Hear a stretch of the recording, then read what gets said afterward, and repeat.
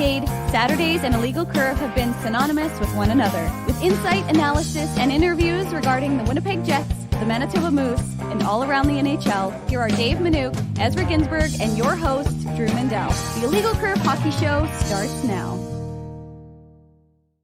Good morning, Winnipeg. Good morning, Manitoba. For all those joining us live this morning on our YouTube channel and all of our social media platforms, we say good morning, universe, and welcome to the Illegal Curve Hockey Show, the season finale, which means, as you are all aware, it is AMA, Ask Minuk, Mindell Anything, whatever is on your mind, be it Jets related, be it Moose related, be it hockey generally in Winnipeg related, be it love advice, be it life advice.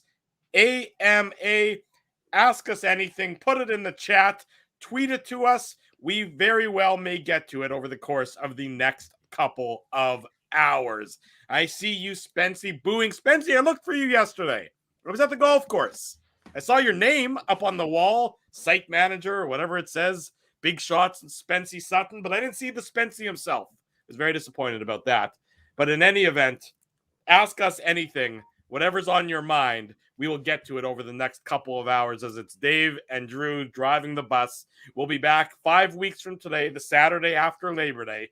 So I know that's going to be a lot of withdrawal for some of you, and you're going to miss us deeply as we will miss you. But nonetheless, we will do what we can to bring you the latest in Winnipeg Jets content. Dave M., I've talked for too long. Good morning. Good morning to you, Drew. Good morning, everybody in the chat. Ready to go. Season finale. Can't believe we're finally here, which means summer is about to begin, which is odd because it's halfway over. But regardless, we'll chuck along for whatever we can. As you'll always remind people, we'll still have content on illegalcurve.com, or as I guess I'll remind people. And of course, we'll be doing some probably one-on-ones throughout the course of August. So stay tuned to our YouTube. Did Dave just freeze? I'm not sure what happened to Dave. He may have just spontaneously combusted. I'm not entirely certain what happened. I hope you folks can still hear me, because on my end, I just see that Dave has frozen in mid-sentence. He's frankly never looked better. He's just sort of the lighting is catching him well on the screen, but I'm not sure what happened to Dave other than that he seems to have disappeared altogether from the screen. Looks like it's the Mindell experience for the rest of you for the next little while. This is a problem for both Dave, for yourselves, and myself, as I need to stall for the next while as Dave figures out what the heck just happened. Oh, it looks like he is back. What happened there, Mr. Minuk? You just got so excited you just spontaneously combusted, like I said? I wish I could say that, but unfortunately it appears that the internet, I don't know what's going on. Maybe as he's secretly at my house and he's downloading CSI in Miami or something, but regardless, I didn't know what happened, but it appears to be working fine now. So I'll finish my statement was illegalcurve.com will still have plenty of content, as will the YouTube channel. So make sure you're subscribing. Well, that's very reasonable of you and good thing for you to do. Before we get into some of the AMAs, and we will get into them throughout the course of the show, as this is the season finale, it's a good opportunity to sort of look back at the entirety of the Jets offseason. And we know how it started. It started with what I'll call controversial back and forth between the head coach and a number of the players regarding the end of the series against the Vegas Golden Knights. We know the big moves that happened in the offseason, the Pierre-Luc Dubois trade, the Blake Wheeler buyout. We know the big moves that haven't happened.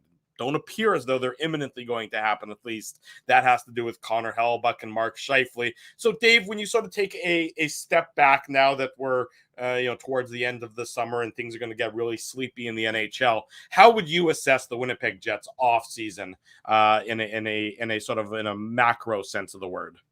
Well, it feels like Ginsburg's here if you're dropping a macro reference. But yeah, look, I think you have to view it as a success to date. I mean, I think it will be a failure, of course, if we're here next year this time talking about not having gotten anything back for Mark Scheifele and Connor Hellebuyck and having not won a Stanley Cup.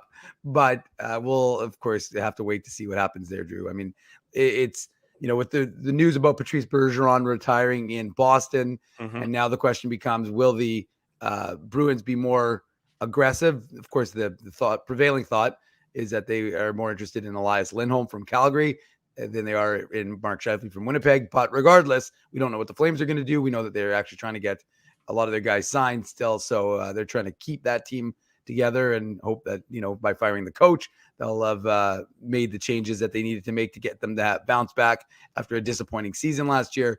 And so, and look, I think that Kevin Cheveldayoff painted himself into a corner with Pierre-Luc Dubois last summer because he knew the intentions of his center, and instead chose to keep him and hope that maybe they could change his mind or whatever. And the reality is that they got a good trade for Pierre-Luc Dubois. They got some good pieces back. They made their team a deeper team, which is what this team has needed for a long time. Mm-hmm. So you could eliminate guys, on the fourth line who maybe would be good in one aspect of the game, but that was it, right? A Saku Menalainen being your fourth line penalty killer. Well, that's great, but what else did he do? Not much. His stick was where offense went to die. And so the reality is that you were able to add a little bit of depth to this organization, which is something they needed. They needed to get away from Blake Wheeler as much as probably Blake Wheeler needed to get away from the organization at this point. So in that regard, I think they made the right decision. And then ultimately, again, what they're going to do with Connor Hellebuyck and Mark Scheifele. Well, I mean, I suspect that folks are hoping, that they'll come to some sort of resolution before the season begins. Again, Drew, we're not as certain as to that actually transpiring, although I think both of the opinion that it's probably not going to be a trade anytime soon. Of course, I'll probably break a minute after we're off the air for 5 weeks. But ultimately, I just think that, I think that the team there's a lot of expectations, right? Like Scott Wheeler did his athletic redraft of 2020. I don't know how you're already doing a redraft of 2020, considering it was like a minute ago. Right. But he does have Cole Perfetti jumping up 6 spots. Now I know Scott Wheeler has a soft spot for Cole Perfetti, but I think ultimately I think Kevin Cheveldayoff has a soft spot for Cole Perfetti. And I think that that's going to be a big factor, is whether he can take a step forward and whether Gabe Vilardi can seize that 2C opportunity. And if he can, and he had, again, he talked about his opportunities in LA and how he's now earned that, not earned it like he owns it, but that he's done the things defensively that he needed to do. Well, wouldn't that be a big thing for the Winnipeg Jets? So I think ultimately the Jets are a deeper team. And the only problem is right now is that what are the question marks? And what are the conversations like between Kevin Cheveldayoff and Connor Hellebuyck and Mark Scheifele? And what's that going to look like? And I think that's ultimately how we're going to decide whether it was a successful summer or not. But for now, I think it's definitely it's better than it was, because the uncertainty with Dubois and the uncertainty with Wheeler, you've now answered both those questions, and the organization as a whole feels different. And that's a lot of what we talked about with Vlad Nemestikov last week, and just in general with players. Lauren Brossoit was talking about it, that idea of guys feeling like there's a different opportunity here in Winnipeg this year. Yeah, a changing of the guard is certainly, I think, a bit of a theme for the summer. But at the same time, a changing of the guard where there's still a lot of work to be done. It's almost incomplete. We don't know, until the Scheifele and Hellebuyck situations get resolved, and that very well. Plus the defense, the Scheifele situation, the Hellebuyck situation, and the defense. And I know that there's no necessary obligation to adjust the defense, but everyone was expecting there to be some moves on the back end in terms of the log jam, as it's been referred to, especially with Declan Chisholm and his non-waiver exempt status. There's still I would say some shoes that could drop over. I don't expect they're going to drop, though, in July, or obviously July is almost over. In August, I think if they're going to drop, it would probably be around training camp. I think that you could maybe potentially see something else happen around training camp, but I don't think it's necessarily likely, because Kevin Cheveldayoff is not proactive when it comes to trades, as we've talked about ad nauseum on this show for many years. He only makes a trade when he's finally sort of gun to the head, has to do something.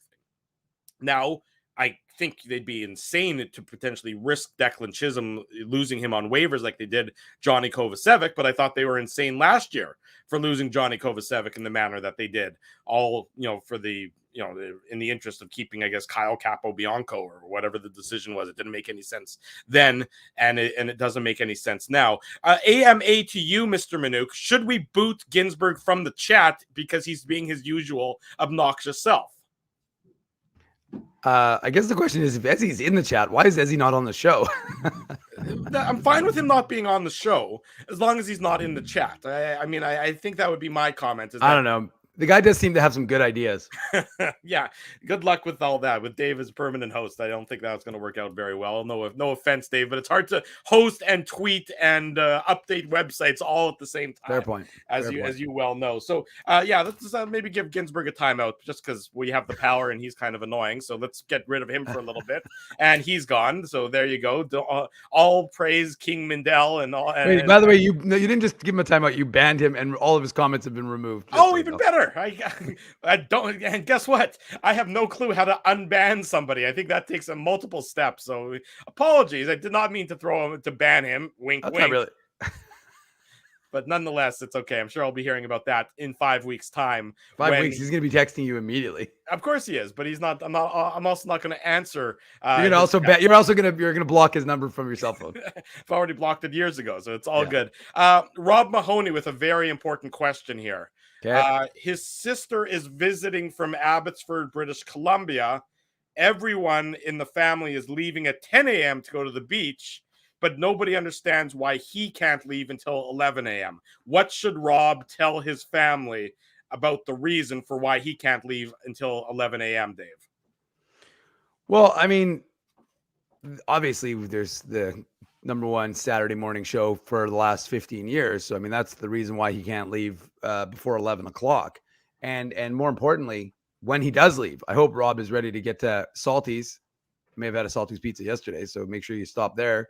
And it's beach days in Winnipeg Beach today, or this weekend. So have fun at that, Rob, when you get there. But of course, more importantly, not only should you explain to them they shouldn't be leaving till 11 o'clock, you should get them all around the computer or the television or whatever you're watching us on, and make sure that the family is also enjoying a little thing called the Illegal Curve Hockey Show.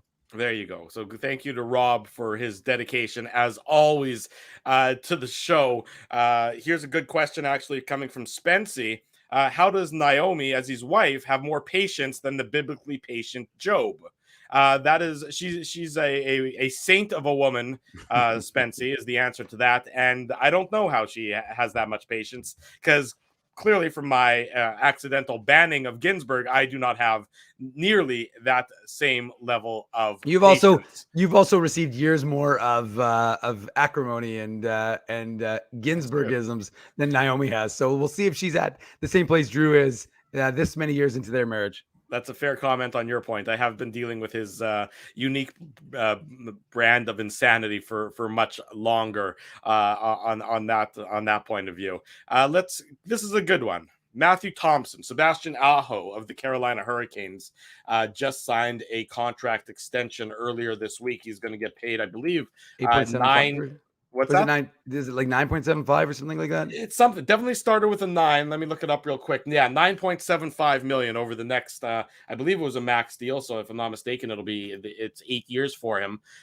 Which is it was 8 years. Yeah, it's a huge contract. And so Matthew is asking, will Mark Scheifele's number be similar to Sebastian Aho's? And my answer would be no, simply because as one-dimensional as Mark Scheifele is, teams aren't going to pay him like they are the exceptionally well-rounded and skilled Sebastian Aho. The reason that there hasn't been a big trade market for Mark Scheifele is because the 31 other teams around the league know what Mark Scheifele is. Fantastic in his own zone, in the offensive zone, an elite goal scorer, at least last year, getting 42 goals, but he is such a detriment in his own zone that he's a one-trick pony. And nobody is going to pay $9.75 million for the next 8 years for a one-trick pony. Dave, your thoughts on that comment? Yeah, and Scheifele's also older than Aho, as pointed out by Matthew Thompson. And so I think Matthew Thompson, who's asked the original question, but I don't. I mean, look, I think Mark Scheifele has talked about himself in that I want to be an elite center mindset, but he's an elite goal scorer, I would say, not an elite center. And that is why he won't be receiving that kind of money. No, I don't think so. So, look, I think maybe if the Jets are willing to keep him for the next 8 years and basically make him a one-team man, then maybe. But or like Rob is saying right now, if Scheifele can get back to the type of player he was, then maybe you're having a different conversation. But as my Baba would say, what was, and that 2018 when he was playing that type of hockey is a little different now than it is in 2023, heading into the 2023-24 season. So yeah, again, like I said, I don't think it's that kind of money for Mark Scheifele, but we'll see. I mean, do the Jets want to make him the guy here and statuesque, if you will? So I don't think that they're going to. I think the Jets want to sign him to an extension. I mean, that was mine. I believe you had the same sort of feeling with respect to Mark Scheifele when there was a lot of talk about all four were changing hands, and I was like, I don't know, I don't think so. But so we'll see. We'll see that what the number comes in, but it's definitely not in the 9.75 category. I would agree with that. No, 9.75 would be too rich. Like Mark Scheifele, is listening. He's not listening to the right people. This is my opinion. So let me just make sure it's clear that this is my opinion when it comes to Mark Scheifele. He listens first and foremost to Adam Oates. And Adam Oates was a fantastically talented hockey player in his day. But Adam Oates has been detrimental to Mark Scheifele's career and his reputation around the league. Again, my opinion. By listening to Adam Oates, who preaches only one side of the game, offense, it has handcuffed Mark Scheifele as a player. I mean, Mark Scheifele, as I think it was Rob Mahoney mentioned in the chat, there was a time where Mark Scheifele showed glimpses of being a complete player. Back when the Jets were at their peak, Mark Scheifele was one of the best players in the league, bar none. You remember the series against the Nashville Predators? We all do. He was dominant out there. And that Mark Scheifele has not been seen since. And, anybody who's banking on that Mark Scheifele returning is going to have to somehow get through to him so that he understands where his responsibility, what his fulsome responsibilities are. And nobody's been able to do that as of yet. As I said to you, as I said on last week's show when I went on my little Steve Eiserman rant about Scheifele and said that it's possible. I think once he has the contract, I think all bets are off in terms of what you're going to see from Mark Scheifele, because I think at that point he's going to recognize, as having this conversation with someone else, that I think he'll understand that at that point now it's about legacy, and I think that he'll know that to be a guy who, I mean, look, how many times do we talk about a player? He was a great player, never won a cup. We say that a lot about guys. You don't want to be in that category. You want to be known as a great player. You want to be Mark Stone. You want to be known as a great player, and you have a cup, or multiple cups. So I think that 55 is aware enough of the legacy impact. I mean, don't get me wrong, the financial impact. I mean, he made enough money off his first contract to never have to worry about money. Yeah. So his second contract is going to be a lot of gravy. But you think that just so and I know we've talked about this before, but you think that a lot of his shortcomings recently, particularly the defensive zone shortcomings, are a function of him trying to get so much offense that he gets a bigger contract, and then he'll become a more well-rounded player? Again, I'm not in his head. I have no particular insight. That's just my own thought process, is that he wants to be seen in that elite level. He wants to get a big contract, and he wants again, like I said, I think he wants to have that sort of that element of legacy. And then again, I think I believe, again, I'm not saying it's 100%, but I know we've seen it, and we know he's capable. And I think once he no longer has to think about his contract ever again, if the Jets sign him to a 7 or 8 year deal, once he no longer has to think about that ever again in his career, I do think that, those next 4 years for Mark Scheifele, we'll see a different sort of player. That's my own personal opinion. You may see a guy who scores 30 goals and has a bigger impact on the 200 feet of the ice. Maybe you don't. Maybe I'm wrong. I'm not saying it's 100%.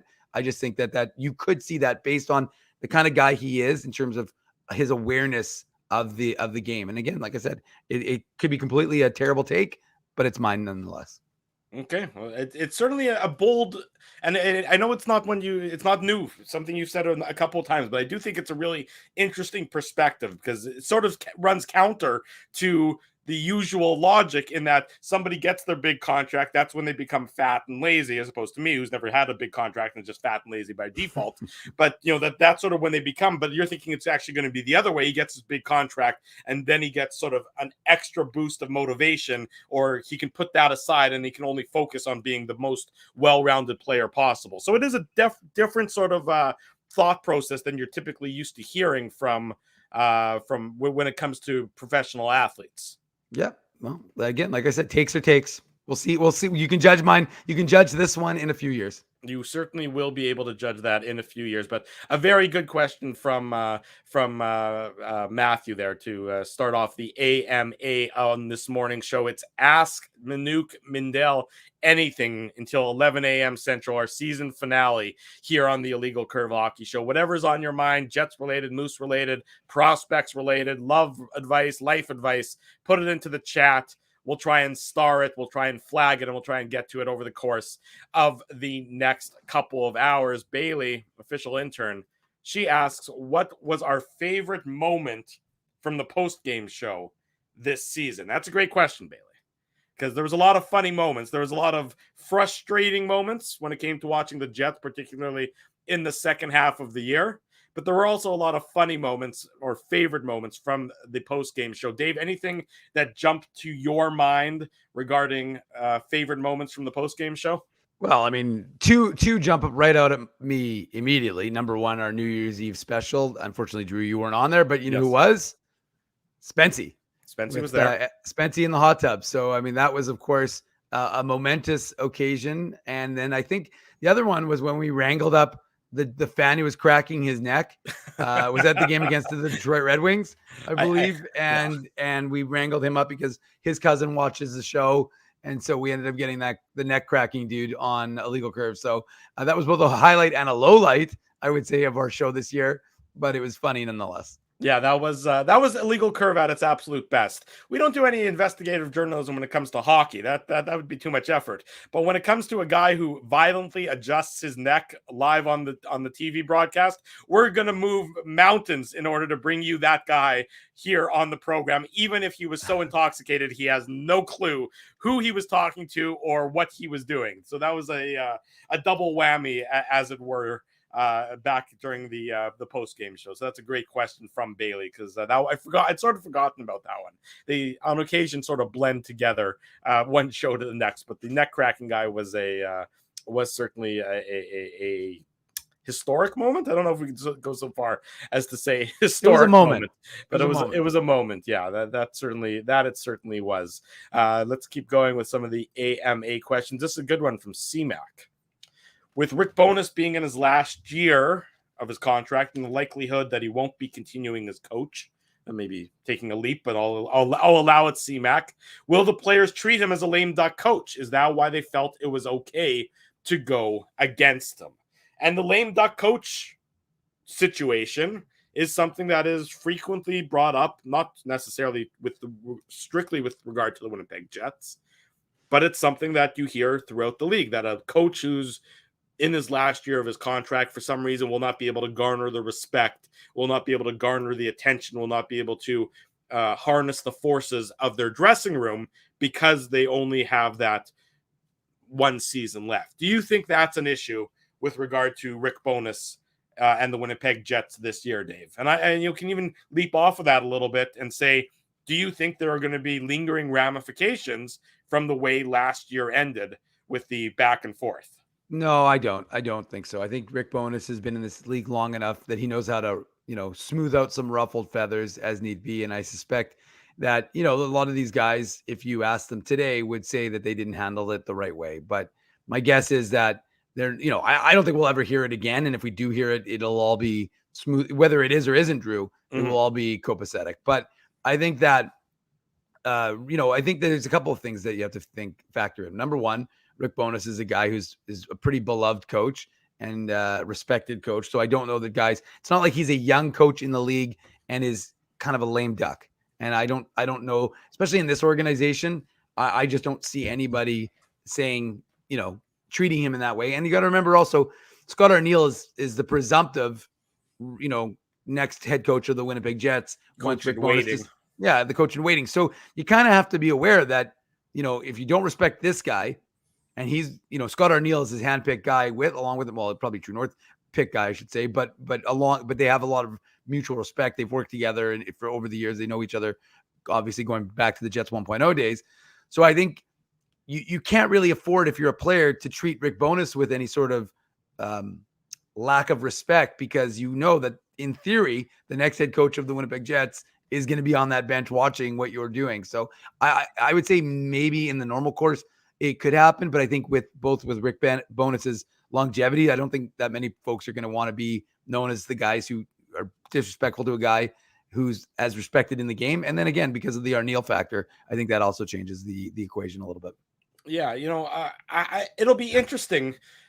What's going to happen, I can tell you exactly what's going to happen, is that when the players gather and the coaches gather together for training camp, somebody will ask Rick Bowness about the end of season comments again, because that's the right journalistic approach to take. And Rick Bowness is immediately going to shut it down and say, that was last year, this is this year, it's a new year. And that, to try and end that talking point before it continues on.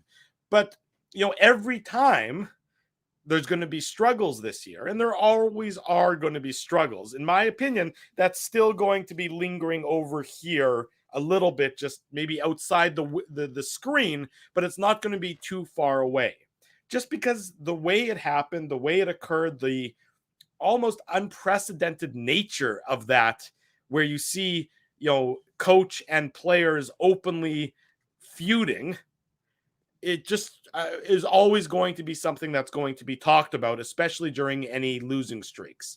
So if the Jets get off to a struggle this season, and I don't think that they will, I think that the Jets are, it would not surprise me if the Jets season starts similar to last season, in that October, November, when the games are quote unquote easier, the Jets might be able to take advantage of that, until some of the other teams are beginning to roll. Because I do think the Jets team, compared to last year's Jets team, is certainly deeper. I don't know that they're better. I don't know that, Pierre-Luc Dubois at his peak, I don't know that Velarde and Iafallo and Kupari can equal Pierre-Luc Dubois at his peak. They can prove me wrong. I think they have the talent, especially Velarde does, to get up to that level. But when Pierre-Luc Dubois was rolling at, earlier 2/3 of the season, when he was rolling, he was a beast out there. And I don't know that those guys can necessarily match that, but time will tell on that front. But I do think it's incumbent on the Winnipeg Jets. It's actually, it's as important as ever that they get off to a good start this year, so that the uncertainty from last year is sort of pushed away and put to bed, rather than always sort of coming up if they were to struggle to begin the season. I do think that is almost going to be a key factor for the team for that to happen. Last question, last AMA before we go to break for the first time. M Dude wants to know, of yourself, Dave, or myself, or Ezzy, who's not here and will never be back because I banned him for life, apparently, who would most enjoy living in Barbie Land? Have you seen the movie? I have not. Okay. Do you understand the premise of the movie?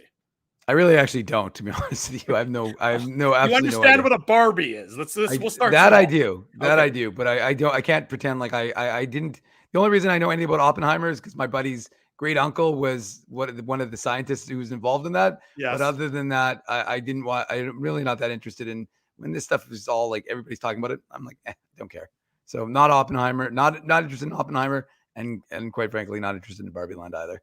Okay, well, the movie's called Barbie, for the record, not Barbie Land, but nonetheless, the land where they live is called Barbie Land. I saw the movie on Wednesday with my wife, Barbie, not Oppenheimer. We're highbrow in this household. Your wife is named Barbie? My wife Barbie went to see Barbie.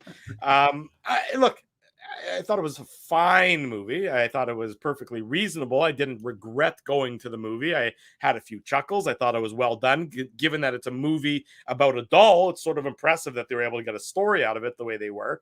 But people that were going hog wild over it. Making it sound like it was the greatest cinematic masterpiece in the history of of movie making. I thought was a little bit over the top. But nonetheless, my movie reviews, are not why people tuned in. I think that I would enjoy living in Barbie Land. I think I would enjoy just sort of being able to. Yes, Jay, I went with my wife. My wife said, "Do you want to have a date night at a movie?" Jay but you also suggested, you are also the one who suggested. Laura said, "Let's go see Oppenheimer." And Drew's like, "Nah, more of a Barbie night for me tonight." It's true that may or may not have happened, but you'll never know the truth to that.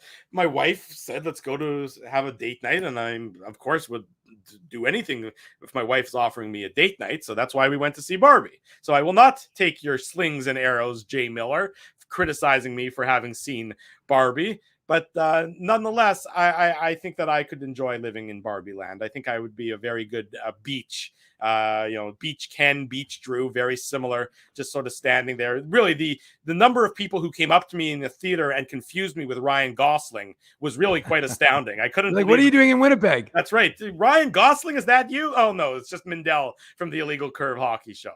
Nonetheless, AMA, Ask Mindell Minuk Anything. It rolls on. After these commercial messages, we talk about the Jets, we talk about Barbie, we talk about whatever's under the sun. We'll be right back on this Saturday morning. Keeping Winnipeg laughing for over 30 years. Rumors, Canada's longest-running comedy club, bringing you the biggest laughs from the best comedians on the planet. Jerry Seinfeld, Chris Rock, Jon Stewart, Dennis Miller, Brad Garrett, the greats, and all the up-and-comers too. When was the last time you laughed out loud? Make it a great night out with friends, or book your office or birthday party. Even a fundraising event at Rumors. Get all the details and dates on upcoming shows at rumorscomedyclub.com. Hi, Ez. A strange question for you. But why are you lying on the ground being crushed by a piano? Well, Drew, I definitely tried to carry this baby grand piano down the stairs by myself, and somehow I failed miserably. Right. Yeah. Sorry, that was a silly question on my part. My apologies. Would you like me to call Rolly's Transfer Moving and Storage to help you move the piano? They are the most experienced piano moving company in Winnipeg, after all. Yes, please call Rollies and hurry. This piano is very, very heavy. Rolly's Transfer Moving and Storage offers stress-free residential moving services while taking great care of your personal belongings, including your piano. At Rolly's, no job is too big or too small. For more information, visit rollys.com. Hi, it's Drew from Illegal Curve here. Selling your home can be stressful, but it wasn't for me. Thanks to my friends at Zappia Group Realty, they made the process so easy. My home sold within 48 hours and with multiple offers. Zappia Group Realty took care of everything with their exquisite customer service and attention to detail. If you want to sell your home for more in less time, get started by talking to Frank and Mauro Zappia of Zappia Group Realty. Online at zappiagroup.com. Hey, Drew. Ezzy, whoa, what a smile! Yeah, I got my crowns done at Linden Market Dental Center, and they whiten my teeth. I see. They're so bright that every time I smile, they go... We have hockey tonight. Do you have a mouth guard to protect those pearly whites? I sure do. Whoa, they even ting through the mouth guard. Linden Market Dental Center covers all your dental needs from restorative to cosmetic dentistry and will fit you with a sports guard for that active lifestyle. 877 Waverly. See lindenmarketdental.com. Boston Pizza harnessed Fanalytics to help optimize no-look dipping. Ooh, making adjustments so you can stay focused on the game. The playoffs at Boston Pizza, powered by Fanalytics.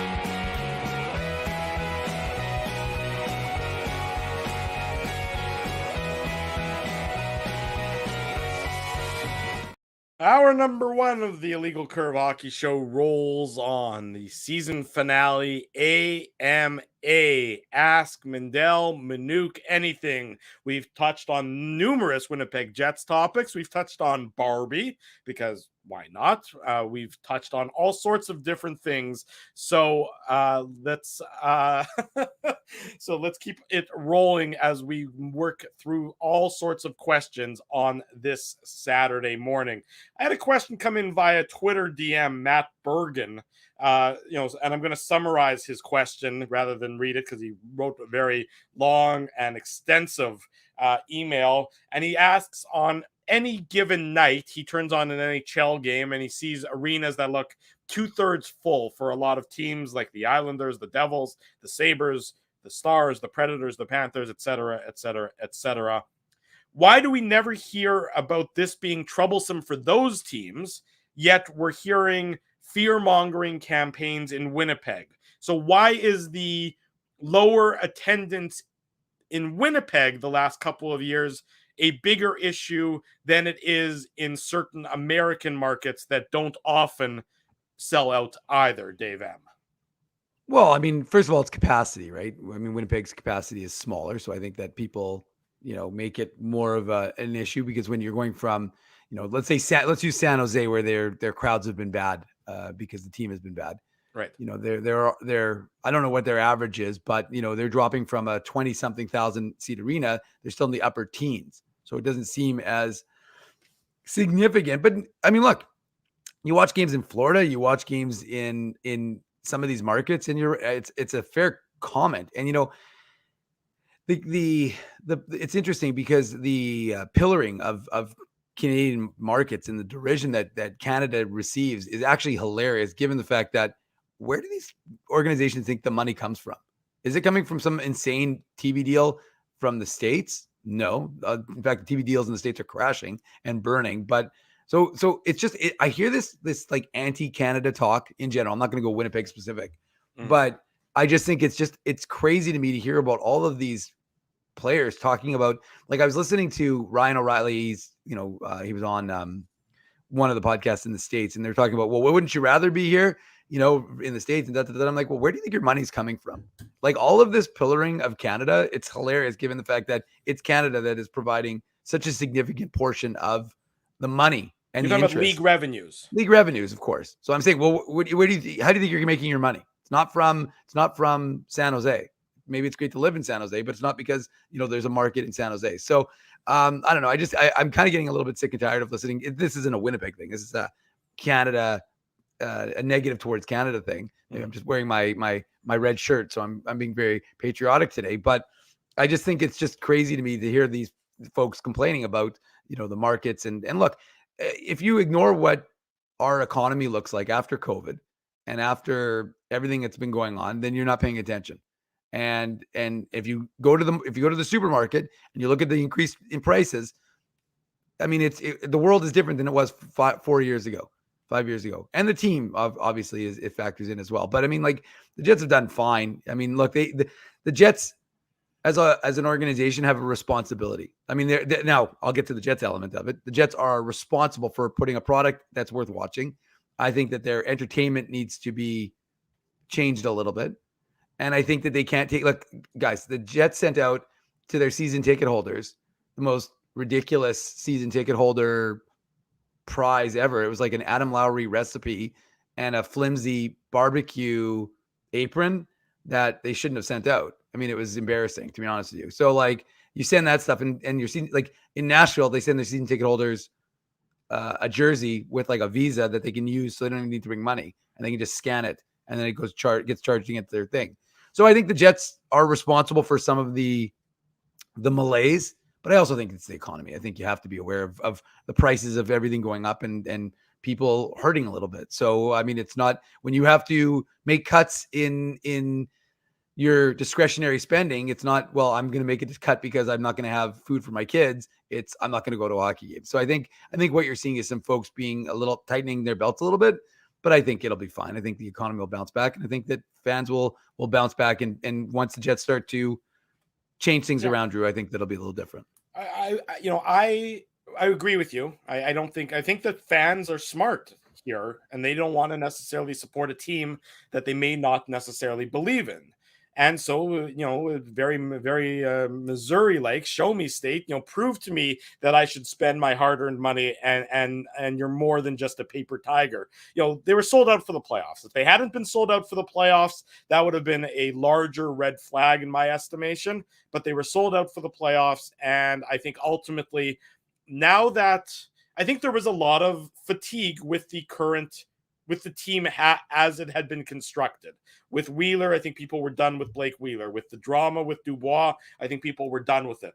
I think people are They want to see a team that works hard every night. And if they do, and if they see that, and that team is successful, then the fans will respond in due course. So I don't think that it's going to be a long-term issue. I don't believe that there's any risk associated with the team's long-term future in No. Winnipeg or anything like that. And anyone who says things like that, I believe, is fear-mongering for the sake of making a splash and for the sake of making popcorn headlines, as the expression goes. Question from Tom. Tom asks, the Jets are deeper up front now, but are they any better? Can they make a deep push in the playoffs with the current lineup? Good question from Tom. I would say right now the Jets' ceiling is probably the second round of the playoffs. I would say that would be where I think they would cap out at right now if the season were to start today. And they, how far could they go? I think they could go to the second round of the playoffs, similar to what the Seattle Kraken did last year, getting to the second round of the playoffs after they upset the Colorado Avalanche in the first round. I mean, is that good enough? Well, I mean, it's sort of a double-edged question, in that, yes, getting to the second round of the playoffs is good, in that you've got fairly decently, you've had a fairly decent run, but if that's your ceiling when the season starts, isn't that also a little bit of sour milk, knowing that ultimately you're not really a contender for the Stanley Cup? Now, if you're playing well and you can make some moves at the trade deadline, maybe that increases your ceiling. But right now, as constructed, Dave, I would say the Jets they would be, as far as they could go, would be the second round of the playoffs in my estimation. Well, I mean, look, I'm not going to start making predictions, because I ripped on everybody's predictions, the value of predictions last week during the show. So I think look, I think the Jets are a deeper team, and I think that they're going to be a defensively better team. And I think if Connor Hellebuyck, if they have Laurent Brossoit in net, and if Laurent Brossoit can play the way Laurent Brossoit played last year and stay healthy, I think the Jets are a better team. There's no question. I was not a David Rittich fan for the entirety of last year. I didn't think he was. I thought he was okay. I thought when the Jets were playing a bit of a different style, it helped him out, but I didn't think he was the answer in net. I think Laurent Brossoit, like I said, he was, I think, undefeated in regulation towards the end of the season. Obviously did 5-2 in the playoffs until he got hurt against the Oilers.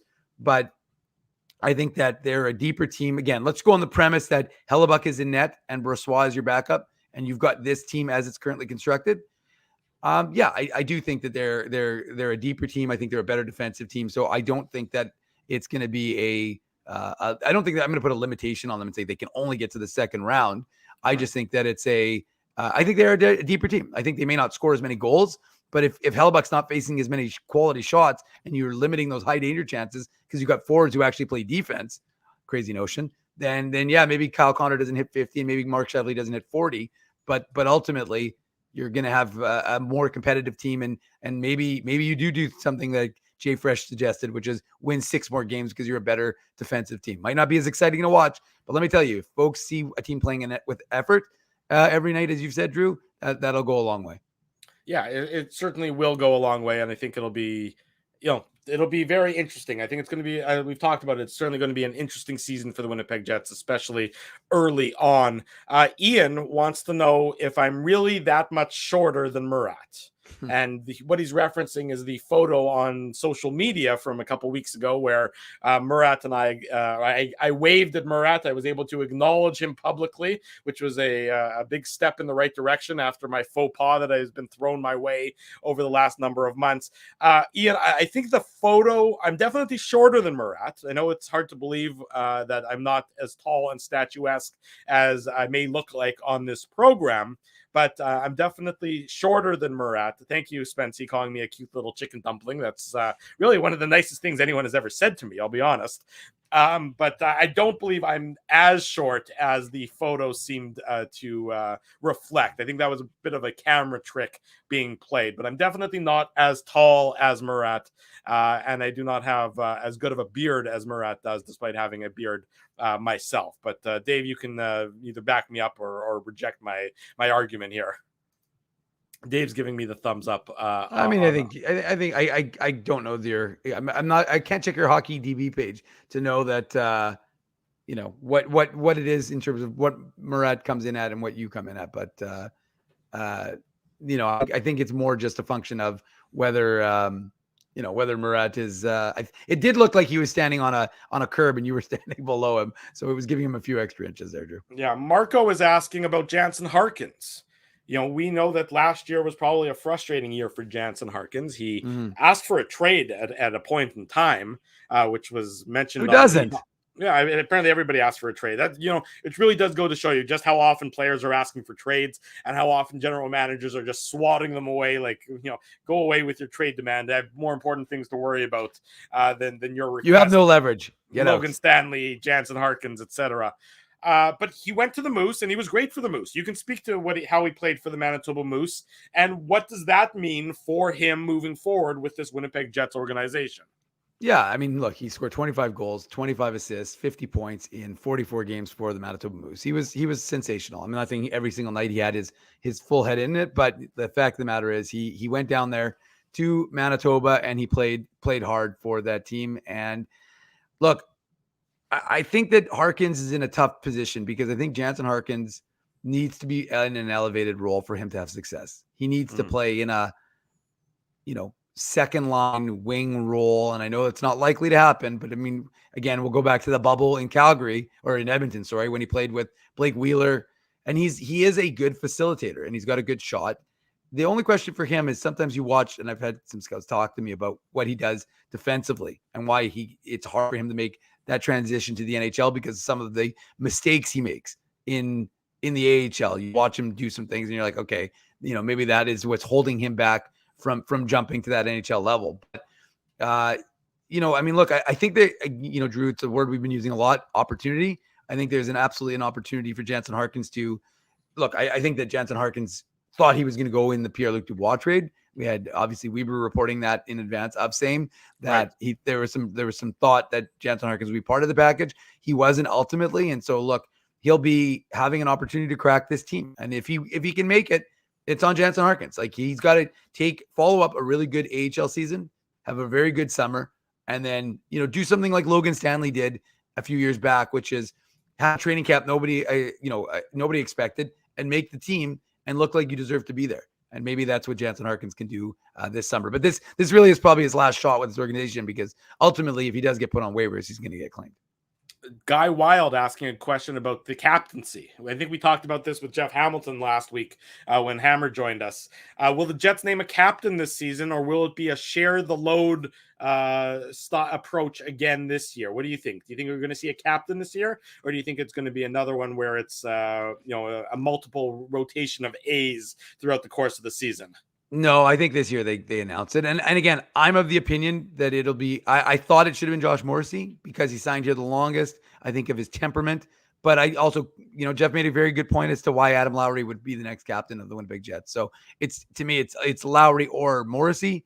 And I think they get named during training camp. Okay. This one's a good one coming from Andrew Haleko. Occasionally, people allude to Dave M's hockey chops, your skill set on the ice. Dave, what level of hockey did you make it to, and with which illustrious hockey teams? None really. I didn't really play much hockey, to be honest with you. And we were a religious family growing up, and my dad didn't let us do things on Saturdays. Dave didn't roll on Shabbos like the Big Lebowski. I didn't roll on the Shabbos, so because of that, I didn't get a lot. I played baseball mostly, to be honest with you. I played baseball and soccer. I played summer sports, so I didn't really play a lot of hockey growing up. I mean, I played a ton of hockey recreationally, but I didn't play on any teams of significance because of the Sabbath. So as a result, I can't pretend like I have any hockey chops other than playing rec hockey with, I played almost every day on the rinks, but it was more of a street ball sort of thing than any sort of formal hockey. Dave's just being humble. He was once a dominant player in the Jewish men's hockey league back in the very Scheifele-esque in that he was allergic to the defensive zone, but was always ready for a breakout pass to try and pad those stats. So Dave M is just being humble about his silky soft hands when it came to the goal scorer's touch right around the net. That was a good question. Dave didn't like the question, but I enjoyed it. So that made it funny from my perspective. Let's keep going going with some more questions here on the AMA. In Bones We Trust. What changes need to happen on defense before the season begins? So that's a big uncertainty this offseason. It's been a topic of conversation. Something people expected was to see some churning of players on the back end for the Winnipeg Jets. The two most the names with the biggest spotlights on them would be, I'd say, Nate Schmidt and Neil Pionk, because both those players, I think, left a lot to be desired in their performance last year. And then we also know the situations with Declan Chisholm and the situation with Ville Heinola. Chisholm, non-waiver exempt. Heinola, still waiver exempt. What changes do you think need to happen on defense before the season begins, Dave? And do you think any of those changes will occur? Well, no, I don't think there's going to be any changes on the defense, to be honest with you. I think that the Jets, look, Nate Schmidt was fine when he was paired with Dylan Sandberg. They actually had good numbers. I believe their advanced stats were pretty significant. Not like amazing, but they were good. They were definitely above water. And so I think if you compare Nate Schmidt with Sandberg, who we know is an up and coming and obviously has this new deal, then that might not be a bad thing. The number one linchpin. Let's assume Josh Morrissey drops back down to earth. He doesn't have a 77-point season, whatever it was. Mm-hmm. Like on the presumption that Josh Morrissey doesn't have quite the same offensive season, I really think that the number one factor is Neil Pionk. You need Neil Pionk to play like Neil Pionk can play, because he didn't do it once upon a time. He played at the very least. That's right. And so for me, the biggest question mark, because you're presuming that you've got those six as your, DeMello and Morrissey, Pionk and Dylan, Schmidt and Sandberg. Okay, so you've got those six. Mm-hmm. I think Chisholm is, I don't think they're going to risk him on the waiver again, because I think he gets like Kovacevic, I should say. Of course he gets claimed. Young defensemen who have upside get claimed. Yeah, no, I mean, and not only that, he's as good a skater as anybody on this team, right. And he's got good offensive ability. He knows he understands defensive responsibilities. He picked that up a little bit last year. So I mean, look, he was an AHL All-Star. I just don't think that you're going to lose. You're not going to. Some team is going to take a chance on him. I mean, he obviously doesn't have a contract right now. He's one of the 3 RFAs still without a contract, along with Logan Stanley and Rasmus Campari. But if ultimately they're going to get a deal, whether it's a 1 or 2 year deal signed with the Jets sometime in the next month, and ultimately you're going to have to protect that asset and see what he can do. And he knows. We talked to him at the end of the season, Moose Roundtable. He spoke about his challenge this summer, similar to Ville Heinola did at the end of the season. These guys are determined. And I will say, there was no excuses. These guys want to earn a role. Now, Ville Heinola, unfortunately for him, his waiver status is working against him. So unless he has an insane summer, I mean, he's most likely going to be a Moose player. And let me tell you, for the record, isn't it amazing? Sorry for interrupting, Dave. Isn't it amazing that he's still waiver exempt? Doesn't it seem like he's been with the Jets or the Moose for like a decade already?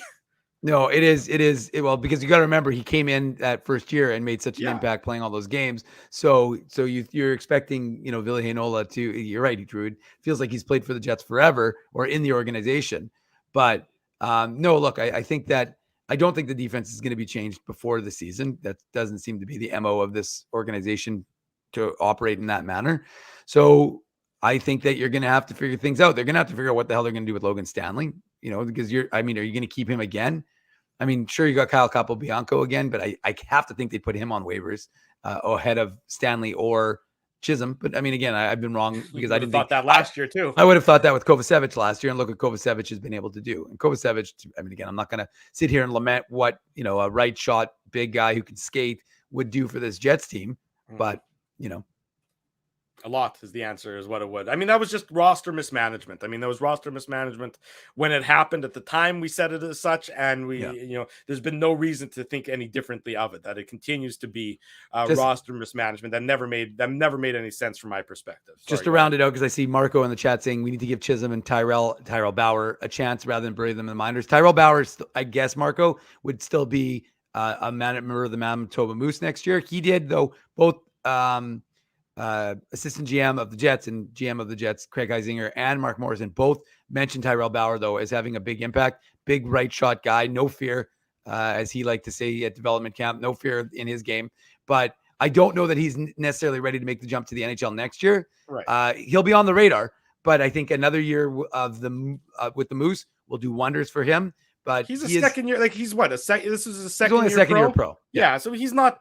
I mean, nobody would. Tyrell Bauer wouldn't expect that he'd be at the NHL level at this point in time. The only thing I'll say though is that Jets don't have a ton of depth on the right side of their prospect pool. So I mean, he's not an incomplete factor, Drew. But again, you've got him and Simon Lundmark, who are the kind of the right side D prospects. Right, but but truthfully, if you're looking at somebody's typical development path, no, for sure, for sure, another full year at the AHL would not be a surprise, would not be a disappointment in the Bauer camp. No. I've talked to folks, and folks think that he's got potential, and I think look, he's a smart guy, he's a nice kid, he's a good hockey player, and let me tell you, he'll add a level of toughness that this team doesn't have a ton of. So we saw it last year. He got in some big fights, defended his teammates. He's the kind of guy everybody loves to be around, whether it's on the ice or off the ice. So Bauer is definitely a guy if he can make the jump. And Eric Dubois talked about it. There's elements on his game that he's going to have to work on. But if he can get those elements, he could be someone that you want to pay attention to in the few years. Right, and for a guy who was a 6th round pick, it's found money. Absolutely. I mean, that's what you're talking about when you can throw a dart, because that's what the late round drafting largely is you're throwing a dart, and that guy can potentially develop into an NHL player. Well, then that's just an absolute bonus. But again, let's just temper our expectations for a guy who's entering his second year as a pro. To immediately slot him into the big club would be an unusual path.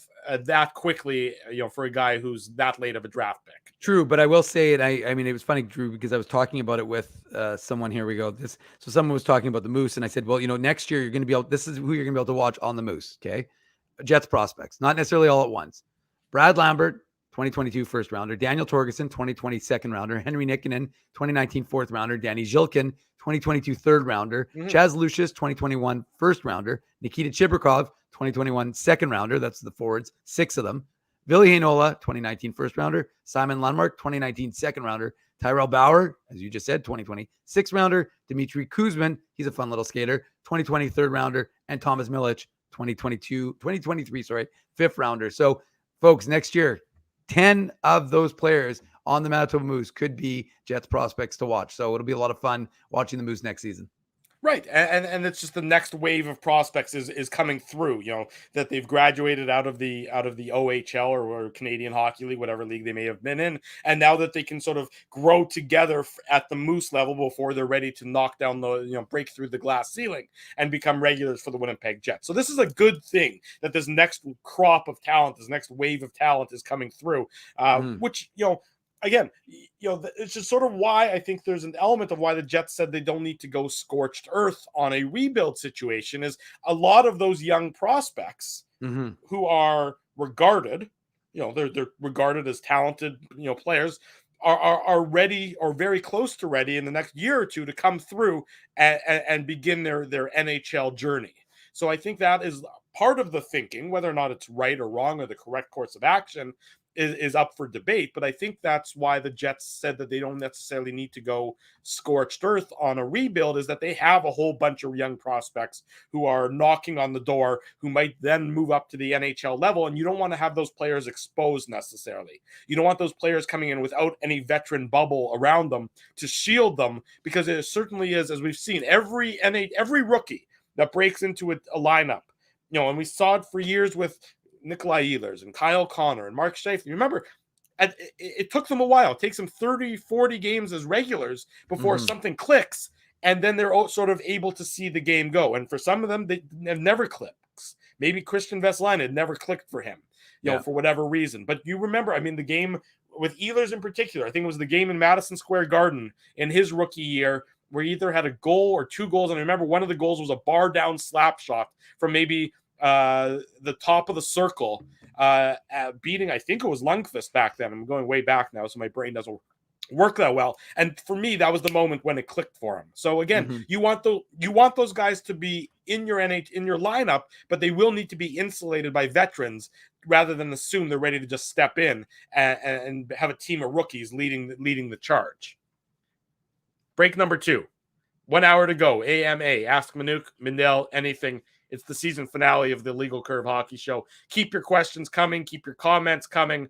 We're answering whatever is on your mind. Hour number 2 up next. Keeping Winnipeg laughing for over 30 years. Rumors, Canada's longest running comedy club, bringing you the biggest laughs from the best comedians on the planet. Jerry Seinfeld, Chris Rock, Jon Stewart, Dennis Miller, Brad Garrett, the greats, and all the up-and-comers too. When was the last time you laughed out loud? Make it a great night out with friends or book your office or birthday party. Even a fundraising event at Rumors. Get all the details and dates on upcoming shows at rumorscomedyclub.com. Hi, Ez. A strange question for you. But why are you lying on the ground being crushed by a piano? Well, Drew, I definitely tried to carry this baby grand piano down the stairs by myself, and somehow I failed miserably. Right. Yeah. Sorry, that was a silly question on my part. My apologies. Would you like me to call Rolly's Transfer Moving and Storage to help you move the piano? They are the most experienced piano moving company in Winnipeg, after all. Yes, please call Rollies and hurry. This piano is very, very heavy. Rolly's Transfer Moving and Storage offers stress-free residential moving services while taking great care of your personal belongings, including your piano. At Rolly's, no job is too big or too small. For more information, visit rollys.com. Hi, it's Drew from Illegal Curve here. Selling your home can be stressful, but it wasn't for me. Thanks to my friends at Zappia Group Realty, they made the process so easy. My home sold within 48 hours and with multiple offers. Zappia Group Realty took care of everything with their exquisite customer service and attention to detail. If you want to sell your home for more in less time, get started by talking to Frank and Mauro Zappia of Zappia Group Realty. Online at zappiagroup.com. Hey, Drew. Ezzy, whoa, what a smile! Yeah, I got my crowns done at Linden Market Dental Center, and they whiten my teeth. I see. They're so bright that every time I smile, they go, We have hockey tonight. Do you have a mouth guard to protect those pearly whites? I sure do. Whoa, they even ting through the mouth guard. Linden Market Dental Center covers all your dental needs from restorative to cosmetic dentistry and will fit you with a sports guard for that active lifestyle. 877 Waverly. See lindenmarketdental.com. Boston Pizza harnessed Fanalytics to help optimize no-look dipping. Ooh, making adjustments so you can stay focused on the game. The playoffs at Boston Pizza, powered by Fanalytics.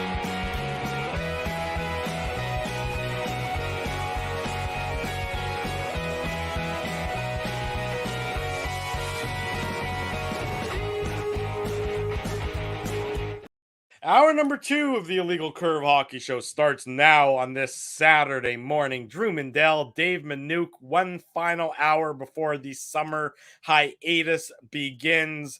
What do you have planned? Anything exciting? I know you're going to be exploring MB. That's what, Kenny's got the MB golf tour.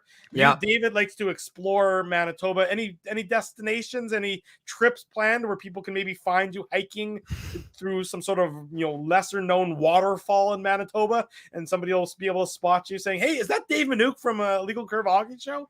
Well, let's hope. If you do see me, please say hello. I will most likely be at the Interlake quite a bit. My parents have a cottage up there, so I'll be going up that way in August. So if you're going to be there for August long, there's probably a good chance you'll see me at Icelandic Fest, enjoying myself in Gimli. I will also attempt to get to Little Limestone Lake this late July or August because it is a Manitoba marvel. Where is for those of us who don't know, yours truly? Well, 4.5 to 5 hours due north along Highway 6. It is a marl, M-A-R-L lake so it turns aqua blue. It literally, as the temperature heats up in Manitoba, it actually looks like you're in the Caribbean. It's actually incredible. And I believe it's I think it's the most significant marl lake in the world. So we have that here in Manitoba. And I've never been. It's actually what started me on my Explore MB journey when I learned about it once. Exactly. As James is saying, they've always wanted to see it. So maybe I should lead a tour for 5.5 hours. We'll talk about illegal curve, talk about the Jets, the Moose, anything you want to talk about. And maybe I'll rent a bus and we can do that. But yeah, I definitely want to check out Little Limestone Lake, Steep Rock. We'll get up to Duck Mountains, maybe Riding Mountain, Turtle Mountains, so many, White Shell, of course. So many places to see and do. Fishing, of course, I'll do a lot of that, and hiking. So I'll be busy this summer. Rushing River, technically it's in Ontario, but that's also a good spot to hit too. There you go, Dave. Kyle's there right now. I love it. Kyle's in Rushing River watching us, listening to us from Rushing River. So that's wonderful. We always appreciate that kind of support. And yes, wherever, you never know where Dave M is going to turn up. So be sure to say hi to him. And maybe Drew and I will bump into each other in Riding Mountain. It's true. We ran into each other in Wasagaming. Was that last year or 2 summers ago? I think it was 2 summers ago. 2 summers ago. We coincidentally both wearing the exact same shirt. That's right. We were both wearing illegal curve shirts and we wandered and ran into each other. So that's always nice. And yeah, so if you ever see us out and about, please come up and say hello. We are friendly. I myself am actually quite friendly. A little socially awkward, but quite friendly. So come and say hello. Despite my, on occasion, curmudgeonly approach on this program or on the post-game show, more specifically, come check us out. Come say hi. And of course, look at that. The Dauphin Rail. I did not know that a rail museum can talk, but a rail museum is talking. And if you're in the Dauphin area, come check out the Dauphin Rail Museum. There's a little plug there. Thanks for joining us on this Saturday morning of the Illegal Curve Hockey Show, AMA. Bailey's mom wants to know what she should do with Bailey for the rest of the summer, now that we're not going to have a show for the next 5 weeks. My kids are still young enough that they want to spend time with me. For the most part, they're not petulant teenagers. Although I must say Bailey does not seem the least bit petulant, so that is nice to see. Maybe teenagers are getting a bad rap, and they're less surly than I've been told based on pop culture. So Amy, I'm not sure what you're going to do with Bailey, but I hope you all had a great time in Toronto and at the Hockey Hall of Fame and all that jazz. I'm confident that the 5 weeks will fly by, and you guys will be back here joining us on Saturday morning to talk about the Winnipeg Jets and everything else that is under the sun. What other question we have? In Bones We Trust. He wants to know about Nikolai Ehlers and the injury situation, because this is a big, I think, wild card for the Winnipeg Jets, Dave, because Nikolai Ehlers is a huge linchpin to this team's success, and he does seem to have been bitten by the injury bug the last couple of years. Now, obviously, we can't predict if he's going to get injured or not. But what we can talk about is the impact a fully healthy Nikolai Ehlers can have on the Jets moving forward next year. Yeah, I don't think there's any doubt about it. We've talked about, especially now that there's no Blake Wheeler standing in his way in terms of power play opportunities, and no Paul Maurice trying to convince folks that, maybe only playing him 14 minutes a game instead of 17 to 19 minutes a game or over that 20 mark would be a good thing. And that's, the reason why he was having success is because of that. So I think that there's a opportunity for Nikolai Ehlers to be, that first line winger that the Jets need him to be, and that he's capable of being. And I think that, there's going to be an added responsibility to him, for him, but I think that he's more than capable of handling it. It's just, again, it's a great question from In Bones, because we don't know if he can stay healthy. And that has been the bugaboo of Nikolai Ehlers the last few seasons. And if he can, then yeah, he definitely adds an element that this team is going to need. And if they're going to want to have success both in the regular season and in the playoffs, Nikolai Ehlers will be a big factor in his thing. His health will be ultimately, because we know what he can do when he's healthy. So if he's healthy, that'll be a huge thing for the Winnipeg Jets. And maybe that requires him to change his style a little bit, because I can't tell you how many times, like, Nikolai Ehlers plays hockey sometimes like a soccer game. You watch him and he's on the ice and he's waiting for a call. It's like, Nikolai, you got to get up. Don't necessarily put yourself in those positions. So we'll see what he can do. Yeah, Nikolai Ehlers is certainly going to be, he's a huge factor for the Winnipeg Jets, as Dave alluded to, and as we've talked about over the years. When he's healthy, he is one of the most dynamic players, and he brings a different skill set than a lot of the other players that the Winnipeg Jets have. He brings a unique skill set among a lot of players in the league, just how the combination of speed and stick handling ability and just the way he backs off defenders, particularly, we know that he's a zone entry machine. And so the Jets need him healthy, and they need him playing close to 82 games the next year for them to be at their peak. And what you saw last year was a fraction of Nikolai Ehlers. He was never fully healthy. You could see it that he was never able to get back to where he needed to be after the hernia surgery. And we'd heard that, hernia surgeries are not something, being back on the ice and playing in games and being at full strength are two very different things. And I think we saw that last year. And so you hope for an off season of health for Nikolai Ehlers and then a season of health and the impact that he, because everyone last year had him pegged that if he'd been healthy, he was going to have a career year. Well, we know that if did not come to fruition. So now the Jets need him to find a way to stay healthy, be in their lineup, and then watch as he should be able to flourish in that role. So a very important year upcoming for Nikolai Ehlers, and then how that impacts the Winnipeg Jets. As you've been able to tell, we've been sort of interspersing what I'll call serious questions with some humorous questions. Sure. Here is a humorous question from our good friend Kenny's Water Bottle. If a train leaves Winnipeg going south at 120 kilometers per hour, and another train leaves Chicago at the same time, traveling at 130 kilometers an hour, and I presume the train from Chicago is going north, but Kenny doesn't specify on that front. He wants to know, what is my usual go-to meal after the Illegal Curve Hockey Show? Very relevant. You can see how the two things come together and make for a relevant question.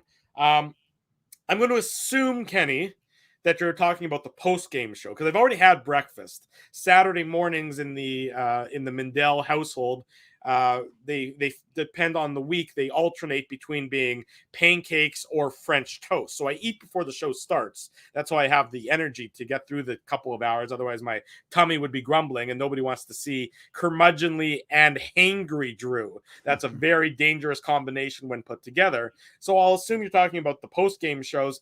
And generally speaking, I don't eat after the post-game shows. There has been occasion where if my weakness, salt and vinegar chips, is on the counter, then I've been known to stand over the sink and shovel those chips into my mouth. But I try not to do that because generally the post-game shows end a little bit late. And I don't want to be the guy who's snacking at 11:30 at night, because that usually isn't great for the metabolism and that usually isn't great for the sleep. So I try not to do that. I try not to eat after the shows end, but if I do have salt and vinegar chips, those are my weakness. So please do not send me salt and vinegar chips because otherwise they will get devoured and I will feel a little bit worse off for doing so. So there you go. That is my eating habits, because I'm sure everybody was desperately wondering that question, but thank you nonetheless. Kenny's Water Bottle. Interesting one from Matthew, Dave. I thought this one isn't Jets related, but that's fine because we said it can be anything under the sun. I will notice nobody has asked us for any life advice or love advice just yet, which I think is a little interesting. But nonetheless, Matthew Thompson has a question about cap circumvention in the NHL, in that how two of the last three teams to win the Stanley Cup had payrolls over $90 million. Mm-hmm. And of course, what happens in the playoffs is there is no salary cap. So we know about, and yes, I saw Matthew's using the word cap circumvention. Another, person is using the word, just sort of using the rules the way they're designed. I don't fully understand why the rules are designed in this way. Mm-hmm. Why does the salary cap go away? You got this level playing field for 82 games. Yeah. And then once the playoffs start, well, okay, the playing field doesn't have to be level anymore. And it's clearly cap. There's clearly players who are staying on IR until the playoffs begin, and then all of a sudden they're magically healed. I mean, we know Patrick Kane a number of years ago with the Blackhawks. Nikita Kucherov, of course, with the Lightning was a famous one a couple of years ago. So why does the NHL and Mark allow Stone it? this year? Mark Stone this year, sure. All of a sudden he became, he managed to overcome his crippling back injury. Oh, we don't have to trade a $6 million player. We can keep the entire lineup and then add a guy who's got $10 million worth of value. Amazing how that's able to happen, and it's always on the same day in the calendar, or the same day in the NHL calendar when the playoffs begin. For the life of me, I don't know why the NHL looks at certain things and ignores them, and then looks at other things and enforces the rules. To me, it's utterly bizarre and it doesn't make sense. But if you know what the rules are or how to cheat the system, then I go back to the quote from, I believe it's been attributed most frequently to Richard Petty, I believe, the race car driver, says, if you're not cheating, you're not winning. So you know what? Maybe every single team needs to get on that bandwagon and cheat their way vis-a-vis cap circumvention to success. Because if the NHL is not willing to look is willing to look the other way on it, and is not willing to enforce the rules, or is willing to talk a big game but not actually do anything about it, then you should want your own team to be cheating the system as much as possible, as much as the other teams are doing. Now, we, of course, if you're going to go based on what the NHL would say, is that they have doctors who check this stuff out and oversee it to make sure that this actually isn't, them, oh, hey, I'm not capable of doing it. But again, like I said, I'm sure there's always ways. People are always looking for ways around the rules, and really, what's the impact going to be? Is the NHL going to ban a team from playing? Like, what are the ramifications for that sort of action? So. Yeah, I mean, look, there's no question that this stuff happens, and it's like, oh, you're ready to come back a week early? Let's just maybe rest you. We want to make sure and stuff like that. So I'm kind of with you, Drew. Like, I mean, to me, it doesn't really make a lot of sense why you enforce a rule for 100% of your regular season, and then you completely eliminate it from the playoffs. Because why? Like, don't get me wrong. I'm not saying you shouldn't be allowed to have all of those guys available, right? To a certain degree. But yeah, I mean, and that's the problem, right? Like, obviously the reason why it is that when you have your black aces and you have, all of those guys up with the big club, essentially they're available, because if you have injuries, you don't want NHL teams to be playing playoffs. So we know the reason why the NHL does it, right? But it does allow for this. And I understand why people are frustrated by it.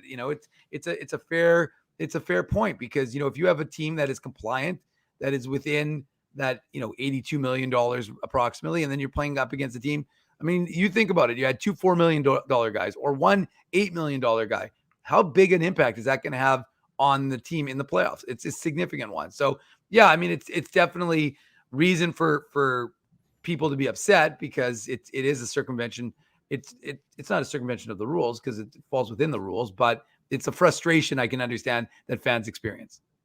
Very much so. And it's bizarre. Like, the Leafs put Matt Murray on LTIR, earlier this week. I think it was this week. Maybe it was late last week at this point in time. I mean, look, I don't doubt that Matt Murray is injured to some extent, but the fact that he's going to likely I would expect that he's going to spend the entirety of the season on LTIR, and nobody's going to bat an eye about it, or that what the Leafs did with, if you want to go way back, with Stefan Robidas, remember Robidas Island, where they just basically said, we're going to pay you your money, you're going to go away, and nobody's going to look at anything more about it, if it's actually legitimate or not, tells you that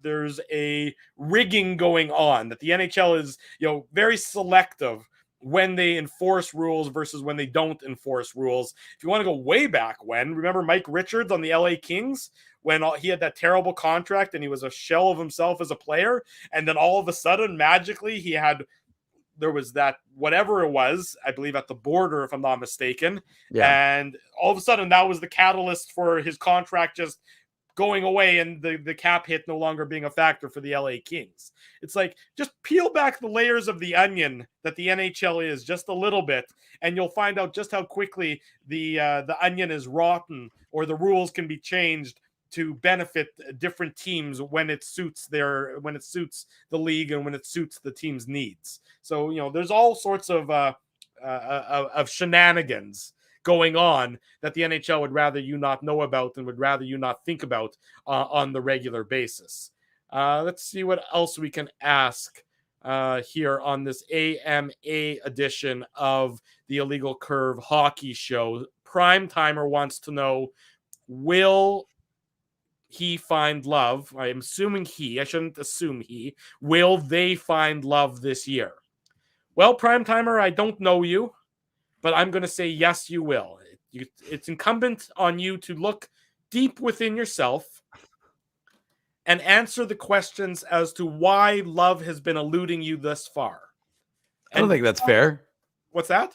Why are you assuming that love has eluded him? Dave, I have no idea what I'm talking about. Yeah, I know. I was like, honestly, I'm like, nobody should be. I mean, I'm amazed that Prime Timer is a he says. Okay, Prime Timer's a he. Okay, well, I have faith in you, Prime Timer, and I do think you will find love this year, and very, very well maybe a love with bonding over the Illegal Curve Hockey Show and the Illegal Curve Post Game Show. Maybe that special someone is someone in the chat or someone that you're going to bring forth into the chat, and that's going to be the thing that, the ties that bind you together. But I do have faith in you because I think that you're going to be able to climb the mountain of love necessary and wrap your arms around whatever it has been that's been eluding you, and you're going to find love this year. I'm not going to call it a Ginsburg guarantee because that means you won't find love, but I'm going to say that it is a Mindell approved philosophy that you, Prime Timer, will find love, even if it's from Spency, because Spency loves us all, and we love you all too, everybody. But Prime Timer will find love this year, and I am yes, Dr. Drew. Maybe I should bill myself as that. Is there another Dr. Drew? I don't think there has been one. Has there been? What do you mean? You're joking. I'm joking. Yeah, I'm like I couldn't tell if there was sarcasm there, Drew. I was like, what's going on? Yes, sorry, I stopped Dr. listening Drew. to you when you went into your little soliloquy. I was like, oh God, I'll just start thinking about what I'm going to do later. Dr. Drew Pinsky meets Dr. Drew Mindell here on the Illegal Curve Hockey Show. It's AMA can go off the rails. We told you this before it so can the Illegal Curve Hockey Show and the Illegal Curve Postgame Show. Yeah, that's right. Everything can quickly go off the rails here, but that's part of the fun. There's a reason we only do this once a year, folks. If we did this any more often, people would be questioning our sanity and probably questioning your sanity for tuning into this. I'm trying to make a dolphin rail joke right now, Drew, but I'll keep it. I'll keep my jokes. I'll let rumors make the jokes. I won't make them here. There you go. Nate Craig at Rumors tonight, 7:15 and 9:45 if you're looking for something to do and you are in and around the city of Winnipeg. But that also leads us to a good segue. Thank you for mentioning Rumors there, Dave. We have to pay shout out to all of our sponsors because really, as you good folks know, this show is possible thanks to your continued tuning in and your continued viewership and also the support of our sponsors. And without them, we don't know that this show would necessarily be able to exist in the fashion that it does. So please support these businesses because of their continued support. I say that each and every week, but our friends at Rumors Restaurant and Comedy Club, Linden Market Dental Center, Zappia Group Realty, Betway, of course, title sponsor of the Illegal Curve postgame show, Tough Duck, Boston Pizza. We had a meeting, just a little preview, folks. We had a meeting, Dave, Ezzy, and I, earlier this week. And one of the topics of conversation at the meeting was the live on location watch parties and post-game shows that are going to be happening at Boston Pizza this coming season. So we're circling the dates on the calendar. We're just trying to coordinate everything, finalizing all the details. But we will be live at Boston Pizza at various times throughout the 2023-2024 season. We're going to be hosting some Jets watch parties, live broadcasts of the post-game show. So stay tuned for that information and be sure to join us at Boston Pizza during the 23-24 Winnipeg Jets season. Our friends at Seagram's, we know how thirsty we get, particularly on some of those post-game shows. Look, I still got my miniature bottle of Fireball right here. So probably not going to take a swig of that right now. It's 10:25 in the morning, and you people are probably concerned enough about me without needing to stage that intervention. Our friends at Rolly's Transfer and Grid Park. I used Grid Park yesterday. Last night, I was out at the arena. I was there for the opening ceremonies of the World Police and Fire Games. And so that was, I don't want to get into the politics of it all because that's not why we're here. But it was impressive to see all those athletes representing their country proudly, marching into the arena with their flags waving and just the great vibe that was going on within the arena yesterday. And so I used Grid Park to park my car is where I was going with that. So big thank you to all of those sponsors for their continued support of Illegal Curve Hockey and, of course, the Illegal Curve post-game show. Another question. This one coming from, where did it go? I had it right here, but Stu Smith wants to know the futures of Stanley and Heinola with the Jets. He doesn't think either are going to consistently be in the lineup for the team. I'll start with Stanley. I don't think that Logan Stanley's future is bright with the Winnipeg Jets at all. I'm not sure that, much like Fetch, I don't think that it's going to become a thing. I don't think Logan Stanley is going to become a thing with the Winnipeg Jets anymore. I think his time has passed here. I just don't see any more growth in his game. In fact, I think his game is certainly it's receded, much like my hairline, since he had that really good season a couple years ago. He hasn't been able to capture that same season again. So I just don't think that Logan Stanley is going to still be a thing moving forward, or somebody the Jets should be counting on moving forward with this team. He still might be on the team because the team isn't under any obligation to move him, but I do think he's probably more earmarked for a role in the press box than he is as a regular on the Winnipeg Jets, Dave. Yeah, and he had bad luck last year, right? I mean, he got injured in, what was it, November, came back from that injury, and then got injured again shortly thereafter. So, I mean, it was a frustrating season. He made one playoff game, I think, as well for the Jets. He came in, but I mean, ultimately, Logan Stanley's opportunity was there. And like I said, he made a jump that nobody expected him to make in the summer, in that summer of training after the COVID season. And he was great and made the team, and he looked like he deserved to be there. And then, his game fell off a little bit. So, I think he's had his shot. I mean, he's a 2016 draft pick. We're not talking about a guy who's, was drafted in the last 5 years even. So right. 2016 is a long time away to have a guy as a project. So my guess is that no, Logan Stanley's time is going to probably, his time or opportunity, and I suspect he hopes so as well, will come with another franchise. And for Ville Heinola, look, I'm of the opinion, I've a lot of time for Ville Heinola. I think he can do some things with the puck. And if the Jets are talking about having a different sort of format this year, maybe a guy who can make a good first pass and get that puck transitioned out of their zone quickly is the kind of player they want. Declan Chisholm, of course, another kind of guy who can do that, who's not going to hold on to the puck for too long and can make a very good first pass. So, I mean, I think it's about giving these guys opportunity. And again, like I said, if you want to insight into Ville Heinola, go watch the end of season Moose media availability. You can watch it on legalcurve.com. You can watch it on the Moose YouTube channel. But you didn't hear a guy who was going to make excuses. You didn't hear a guy who was looking for a handout. You heard a guy who's going to go home to Finland, work hard this summer, and force the Jets to make a decision. So I know everybody wants to make grandiose statements as to what this guy is capable of doing. And look, we heard this with Josh Morrissey. Like, guys, I remember when Josh Morrissey was playing for the Moose and he was a bust. And Josh Morrissey is never going to do what the Jets. And Ville Heinola, for the record, is bigger than Josh Morrissey. Josh Morrissey's 6 feet. Ville Heinola is 6'1". So I know that everybody says Ville Heinola is a small guy, but he's the same size as Josh Morrissey. So the fact is, now you could say you can't win with that many small guys. Fine. But I'm just saying that you've got a big guy in Brendan Dillon. You've got a big guy in Dylan Samberg, who plays a bit of a nastier game. So you have a little bit of latitude. Now, of course, I've already described the whole left side. So can Heinola maybe switch over?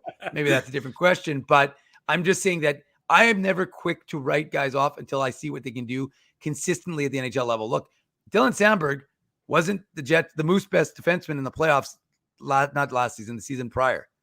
Neither was Ville Heinola, for the record. Neither was Johnny Kovacevic. It was actually Declan Chisholm.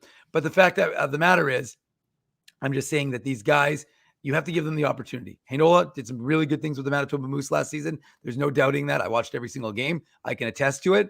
And I'm just saying that I would be willing to give him a lot more latitude than some folks are. Folks are quick to write a guy off. I just don't think you want to write this kid off just yet. And we'll see if he gets that opportunity. Look, you don't know what happens. Guys can get injured in training camp. Ville Heinola could get a run of 10, 15 games because someone on the left side gets injured. I mean, we saw it. If you remember, look what happened to Dylan Samberg 2 years ago, where he and Johnny Kovacevic went into on the first day of camp, and Samberg suffered that I think it was an ankle injury at the time, and he missed a significant portion of the season. So things happen in training camp. Opportunities open themselves up, and players can sometimes run with that. I think Heinola needs that runway to see some games. But if you're looking at either of those two players, Heinola is the player to spend more time focused on. I would agree with that. I think that, the team, the organization still has high hopes for Ville Heinola. If Logan Stanley, ends up, finding his game again, like he'd had a few years ago, that would be what I would describe as an added bonus, but I don't think it's something that the team is counting on because it would go against basically the trajectory of any player at that stage of his career. If he was going to really, I know it takes defense a lot longer to develop and everything else, but I think that it's probably that he's peaked at this point, and his game is certainly plateauing, if not diminishing as we move forward. One final commercial break, then we wrap up the 2023 edition of the Illegal Curve Hockey Show before we wrap up for the summer. Don't go anywhere, everyone. The last 30 minutes, it's going to be fun. AMA, Ask Mindell Anything. Anything. Send in your comments. Speak now or forever hold your peace. It's the Illegal Curve Hockey Well, for Show. 5 weeks. Keeping Winnipeg laughing for over 30 years. Rumors, Canada's longest running comedy club, bringing you the biggest laughs from the best comedians on the planet. Jerry Seinfeld, Chris Rock, Jon Stewart, Dennis Miller, Brad Garrett, the greats, and all the up-and-comers too. When was the last time you laughed out loud? Make it a great night out with friends or book your office or birthday party. Even a fundraising event at Rumors. Get all the details and dates on upcoming shows at rumorscomedyclub.com. Hi, Ez. A strange question for you. But why are you lying on the ground being crushed by a piano? Well, Drew, I definitely tried to carry this baby grand piano down the stairs by myself, and somehow I failed miserably. Right. Yeah, I'm sorry. That was a silly question on my part. My apologies. Would you like me to call Rolly's Transfer Moving and Storage to help you move the piano? They are the most experienced piano moving company in Winnipeg, after all. Yes, please call Rollies and hurry. This piano is very, very heavy. Rolly's Transfer Moving and Storage offers stress-free residential moving services while taking great care of your personal belongings, including your piano. At Rolly's, no job is too big or too small. For more information, visit rollys.com. Hi, it's Drew from Illegal Curve here. Selling your home can be stressful, but it wasn't for me. Thanks to my friends at Zappia Group Realty, they made the process so easy. My home sold within 48 hours and with multiple offers. Zappia Group Realty took care of everything with their exquisite customer service and attention to detail. If you want to sell your home for more in less time, get started by talking to Frank and Mauro Zappia of Zappia Group Realty. Online at zappiagroup.com. Hey, Drew. Ezzy, whoa, what a smile! Yeah, I got my crowns done at Linden Market Dental Center, and they whiten my teeth. I see. They're so bright that every time I smile, they go... We have hockey tonight. Do you have a mouth guard to protect those pearly whites? I sure do. Whoa, they even ting through the mouth guard. Linden Market Dental Center covers all your dental needs from restorative to cosmetic dentistry and will fit you with a sports guard for that active lifestyle. 877 Waverly. See lindenmarketdental.com. Boston Pizza harnessed Fanalytics to help optimize no-look dipping. Ooh, making adjustments so you can stay focused on the game.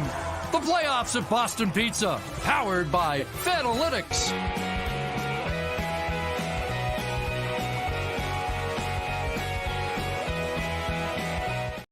Bottom of hour number 2. Welcome back to the Illegal Curve Hockey Show. Drew Mindell, Dave Minuk with you on this Saturday morning. AMA, Ask Mindell Anything. You have approximately 27 minutes to get your questions in. That said, if you send us questions via email, or you send us questions via Twitter, or you send us questions via DM, what do you think? I can see, you know what? Boys, good morning. Drew, it's your worst nightmare. It is my worst nightmare. I do not agree with this at all. First of all, that is quite the banana yellow t-shirt you're wearing. Thank you very much. It was a present for my dad. Oh, well, shout out to John Ginsburg. Shout out to John Ginsburg. I object wholeheartedly to the fact that you are here. I'll be perfectly blunt and be perfectly honest. As much as I love you, you said you weren't going to be here. You cannot come back. I banned you from the YouTube chat by accident, for the record. I did not mean to ban you. I just meant to put you in timeout. But nonetheless, I guess people are excited to see you for some strange reason that I haven't quite wrapped my brain around. Well, Drew, we have a lot to I appreciate that, by the way. That was a very warm welcome, but we have a lot to talk about, including you going to see Barbie. Obviously, you can't say no to Laura. Let's be honest. That was Laura's pick all the way. But I do want to know your review on Barbie, the movie.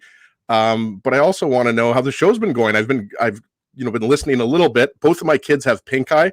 By the way, Drew, there's a bit of an eye drop shortage in Winnipeg and Manitoba. So just a heads up in case one of your kids has pink eye, but both of my kids have pink eye, so I've been dealing with that. But so far, we've gone to the park, Brockcorden Park. We've had a nice McDonald's breakfast, and then we're going to go to Grand Park Mall a little bit later. I'm not sure if we're going to be able to go to Bed Bath & Beyond. We might not have enough time, but just wanted to jump in, and it's the season finale, Drew. You knew that I was going to pop on at some point. I didn't in fact know that. I'm not sure. I'm not sure where Naomi is right now that she's allowing you to do this. So that's usually she must be. She's out with of the house. kids. The kids are riding their bike. So I told her I'm going to pop on for 15 minutes. And then I told her I'd make out with her, later on today at some point to make up for it. Why is she getting punished twice? That would be my question. And thank you for the update about your children's pink eye. I think everybody was definitely interested in the conjunctivitis situation. It's terrible. I'm sure your kids have had, like, first Ruben got it, and then yesterday I had to pick up Ariella from daycare because she had it. So it's awful. But obviously, I didn't come on to talk about my kids' pink eye. I came on to talk to IC Nation, and then just basically, say goodbye until we're back in September. I couldn't not be on the last show. Come on, guys. I'm pretty sure you weren't on the last show last year. I mean, I don't remember. It was a whole, 12 months ago or along those lines. I have nothing better to do. Let's be honest. Okay. Like, you can help. This is where I need to be. I need to be, here with you boys, be here with T. Conapoli, be here with Spency Sutton, Phyllis, Bailey, the intern, all of IC Nation, Donnie Boy, Frosty Winnipeg, Joe from Winnipeg. I mean, this is home. This is my home away from home. Actually, I'm in my home, so it is home. In your home.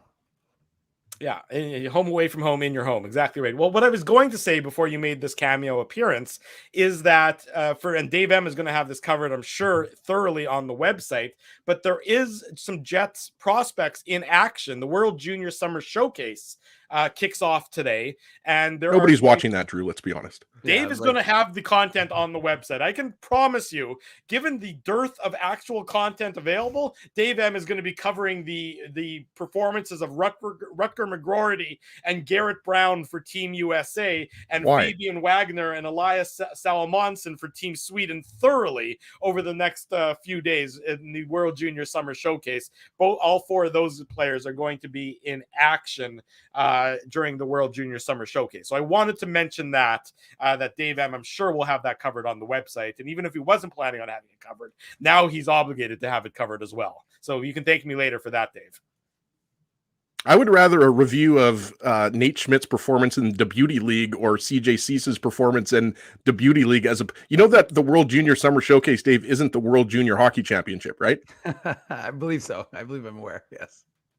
Nonetheless, I thought Dave would like to know. Thank you for raining on my parade here. Can I ask my question now? Sure, you can ask your question. Yes. That's why I came on. You banned me from the chat. You banned my Gmail account from the chat, so I had to pop on live. You didn't know that Dave secretly sent me the link, Drew. You thought you were home free here, but first time caller, long time listener, obviously. And I wanted to ask you this February 2024, is it going to be 15 years of the IC Hockey Show, Drew? So my question was, aside from your wedding and aside from the birth of your two children, and you could throw in, Sam's bris, ritual circumcision if you want, has spending the last 14 and a half years with me been the highlight of your life? Well, you just said the words ritual circumcision, so I'm really not sure where I can go with that. Yes, it has been, and I've spent many more years than just 14 and a half years with you. That's it's been many, many, many more years, many multiples of 14 and a half, probably, in fact. But yes, every minute that I do get to share with you, be it virtually on the screen or in person, like we were earlier this week, is time. Great birthday party at the beer can, by the way. If anybody hasn't checked out the beer can, that is a spot to go. Oh, I saw you twice in person this week. Oh, I forgot about that. I saw you on Monday and Thursday. That's we had our little IC meeting. We always have a midsummer kind of end of season meeting. So yeah, that's true. We did see each other twice. That's altogether too much, I got to say. I thought that. Would you go see Barbie again, and then we can see each other thrice? I don't know that I would see Barbie again, but I did see Bring It On in the movie theater twice back in the day. That was a good movie. Dave, you want to take that one? I got nothing. That's the movie where like they compete as cheerleaders against, and it's like you haven't brought it, and there's like a controversy because they steal one of the routines, right? That's right. You got the plot. You got the plot line pretty good. So, Drew, I just want to get this clear. You went to see it a second time because you liked it so much, or there were like questions that you had? And who did you go see that movie with twice? Oh gosh, some of the guys I went to high school with. I think we were obviously. Needless to say, there were no women around us at all. There were no opportunities for dates or anything. This segment brought to you by horniness. But I'm pretty sure that I don't remember exactly who I saw it with, and they may not like associating with me or me mentioning their names so that they're publicly associated with me. But nonetheless, it was I enjoyed that movie. Was there a Dr. Goldenberg involved in that? I want to know that. I don't know. I really don't remember one way or the other. Which I know there were multiple. I know that there were people who became doctors with me, but I can't remember which of the doctors would have been there with me. They actually went into med school immediately after seeing that movie for the second time. They're like, I don't know. I don't like the way my life is heading right now. I better get my stuff together and get into med school.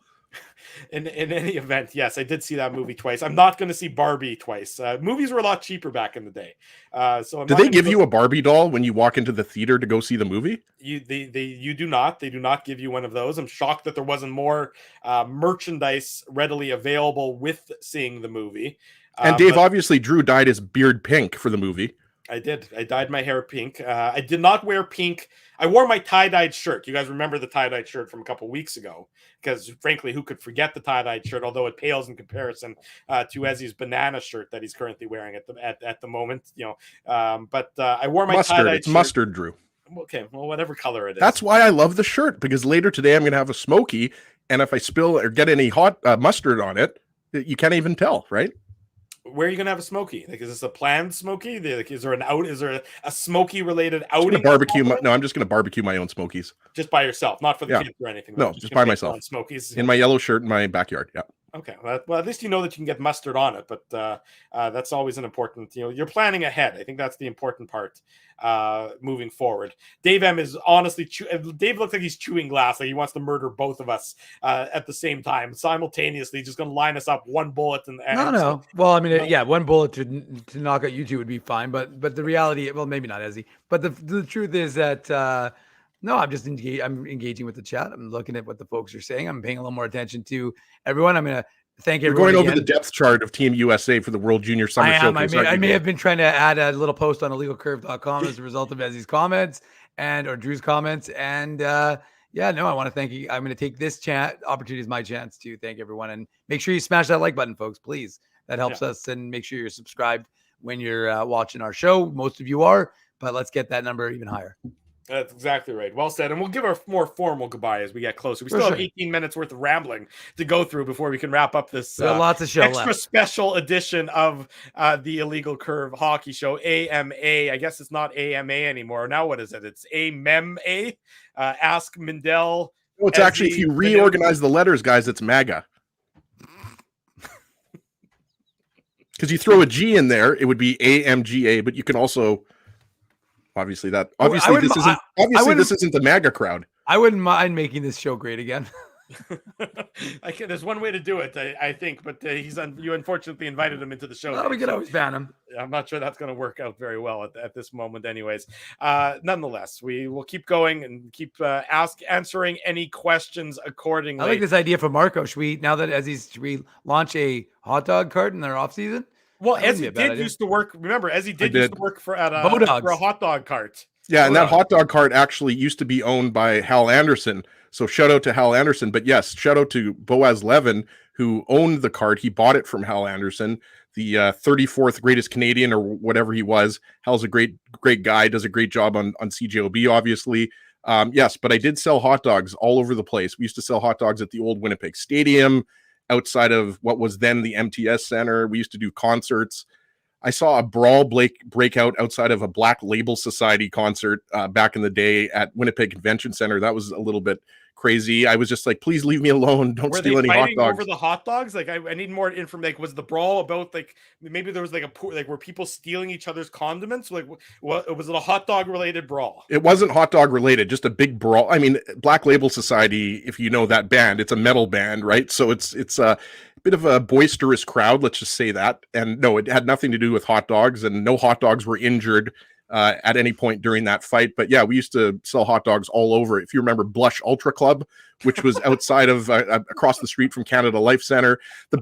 My favorite part about selling hot dogs was, like, if it was late at night, and for anybody who went to the old Palomino Club, I'm sure people have had some hot dogs under the influence of some alcohol, but the best was, like, sometimes people wouldn't even, like, they'd be so drunk that they couldn't even say, like, I want a hot dog. And I would just, like, give them the hot dog, and they would give me like a $20 bill for a $5 hot dog.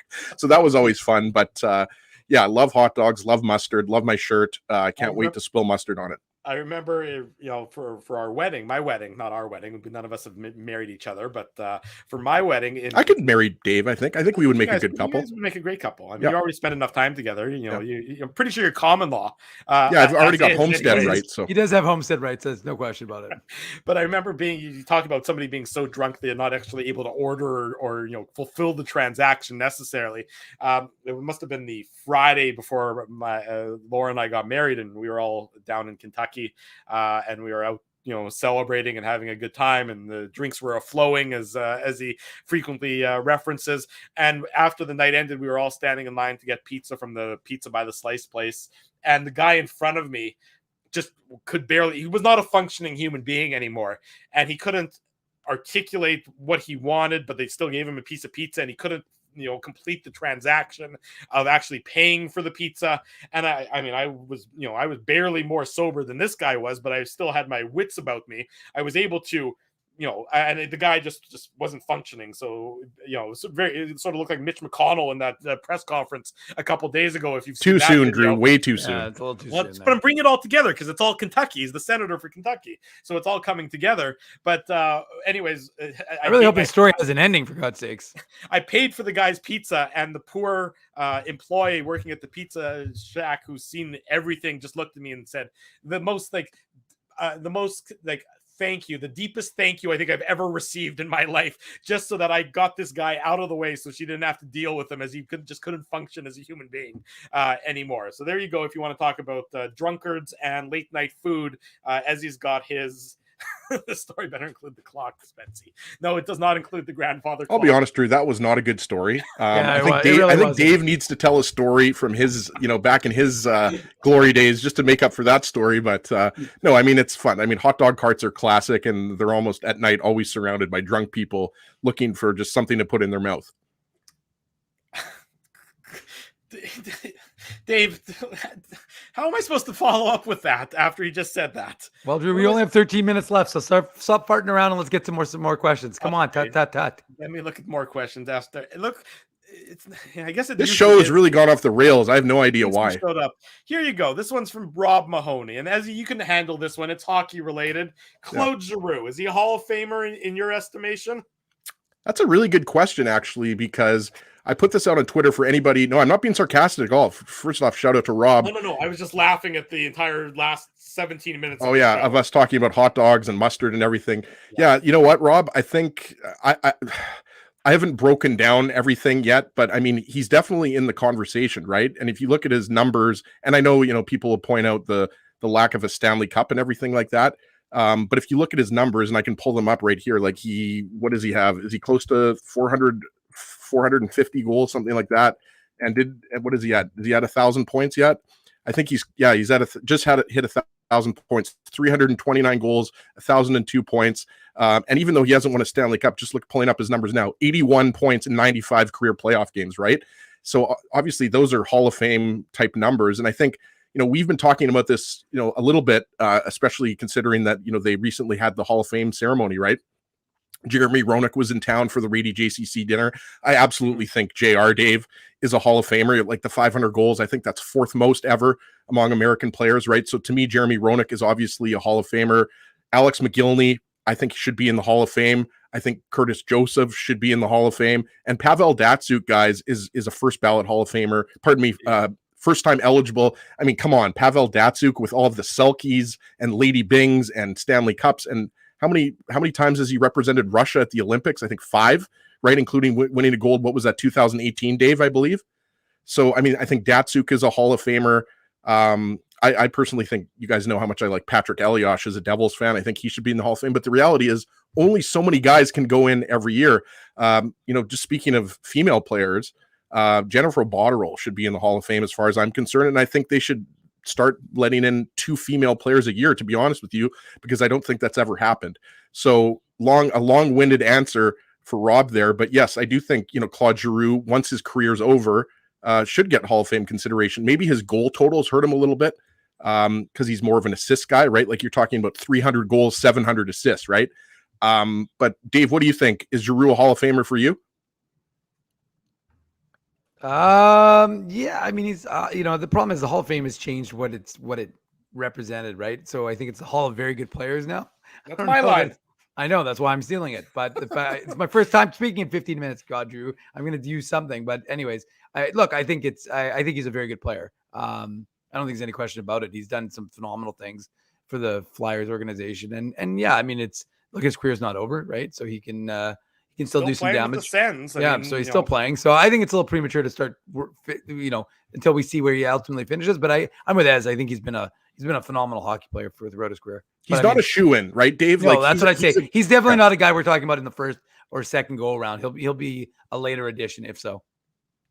There you go. Claude Giroux getting the question about Claude Giroux getting answered on the AMA edition, the Ask Mindell Minuk Ginsberg. Just quickly, Drew wanted to throw one guy in there who recently retired. Two guys, actually. Patrice Bergeron, we all agree, first ballot Hall of Famer. Yeah, arguably, you can rename the Selke Trophy after him, Dave. I'm not even joking when I say that. I don't like the idea of renaming because I mean, he's that good that he's one guy that you would actually consider it. You'll give me that, right? No, another absolutely. guy that I think is a first ballot or easily gets into the Hall of Fame. I think you guys know where I'm going with this. Is Ryan Getzlaf. Oh, yeah, look, I mean, Getzlaf's accomplishments both in the NHL and internationally would put him at that level. I would agree with that. I mean, there's certain guys that I don't have a problem with. Look, I still don't understand how Mike Vernon got in this past year. I still think that was just silliness. After I met him in the Calgary airport, he was a shoo-in. Yeah, well, especially over Cujo, Drew. Like all-time wins, what is Cujo, Dave? Like fourth or something? Like, if you look at Cujo's numbers versus Vernon's numbers, Cujo clearly had better historic numbers. But, I mean, Mike Vernon won the Cups, right? He's got 2 Stanley Cup rings. He had a pretty good career. So, but I'm with you, Drew. I was surprised by Vernon. Yeah. Ask Me Anything. PG wants to know, which 7-Elevens sell the best apples? I am not allowed to buy apples from 7-Eleven anymore. So I'm not sure. He's not allowed to buy apples, period. Let's just say that the Corden 7-Eleven is my home 7-Eleven here in River Heights, so I only go to that one. I don't even know if they sell apples anymore after that incident. I might have, ended that just like I ended school dances at Kelvin High School when I drank a Mickey of tequila and had to have my stomach pumped. But hopefully no employers are currently, future employers are listening to this right now. Your employers already know, Ezzy. That was 1999. It was 99. It was a dark time, and there you go. And if Ezzy can find love, then whoever was a prime timer who was asking about finding love. So if Ezzy can find love after the rotten apple and the stomach pumping story, we have nothing but faith in you, prime timer, that you too will be able to find love over the coming months. True love is blind, and there's somebody waiting for everybody, right? Like everybody has a beshert, as they say. A beshert. Look at you bringing out the Hebrew words, the Yiddish words on this final edition of the Illegal Curve Hockey Show before we wrap it up for the summer and come back again the Saturday after Labor Day. So it's 5 weeks off. So let me look at a calendar, see if I can figure out when Labor Day is. Okay, it looks like Labor Day is Saturday, September the 2nd. So we will be back on Banjo Bowl Saturday. So Saturday, September the 9th, we're going to start your Banjo Bowl Saturday off with us here on the Illegal Curve Hockey Show. And then if you're planning on attending the Banjo Bowl, as I am, it's already sold out. So if you don't have tickets, you're not going, I think is basically what that means. But I will be there as well. So be sure to join us. Can I go with you, Drew? Is that what's happening? Oh. No, who's going with you? Laura and I go to this game. We send the kids off to the grandparents. The parents gone wild. There'll be some day drinking. We send the kids off to the pound. I did not say the pound. I said to the grandparents, Ezzy, the grandparents. We're not rude like that to say and send them to the pound. But no, there'll be a little bit of tipping some alcohol back on Banjo Bowl Saturday, which will coincide with the return of the Illegal Curve Hockey Show here on our YouTube channel. If you haven't already done so, be sure to smash the like button, subscribe to the podcast, and let us know your thoughts on this show, as ridiculous as it may have been. The last 20 minutes has for sure been the highlight for me. It's certainly been great. Here, Tikona Pauly, he's waiting patiently. Where do Brad Lambert and Chaz Lucius start the season next year? I'll start with Dave M on that one. Well, I'm not going to turn this into Minuk Moose Minute, but there's probably no doubt in my mind that they are going to be with the Manitoba Moose. I think that, they both had the opportunity to be down in the, junior hockey and get that chance. But, look, I mean, put on your antlers. It's time for the Minuk Moose Minute on the Illegal Curve Hockey Show.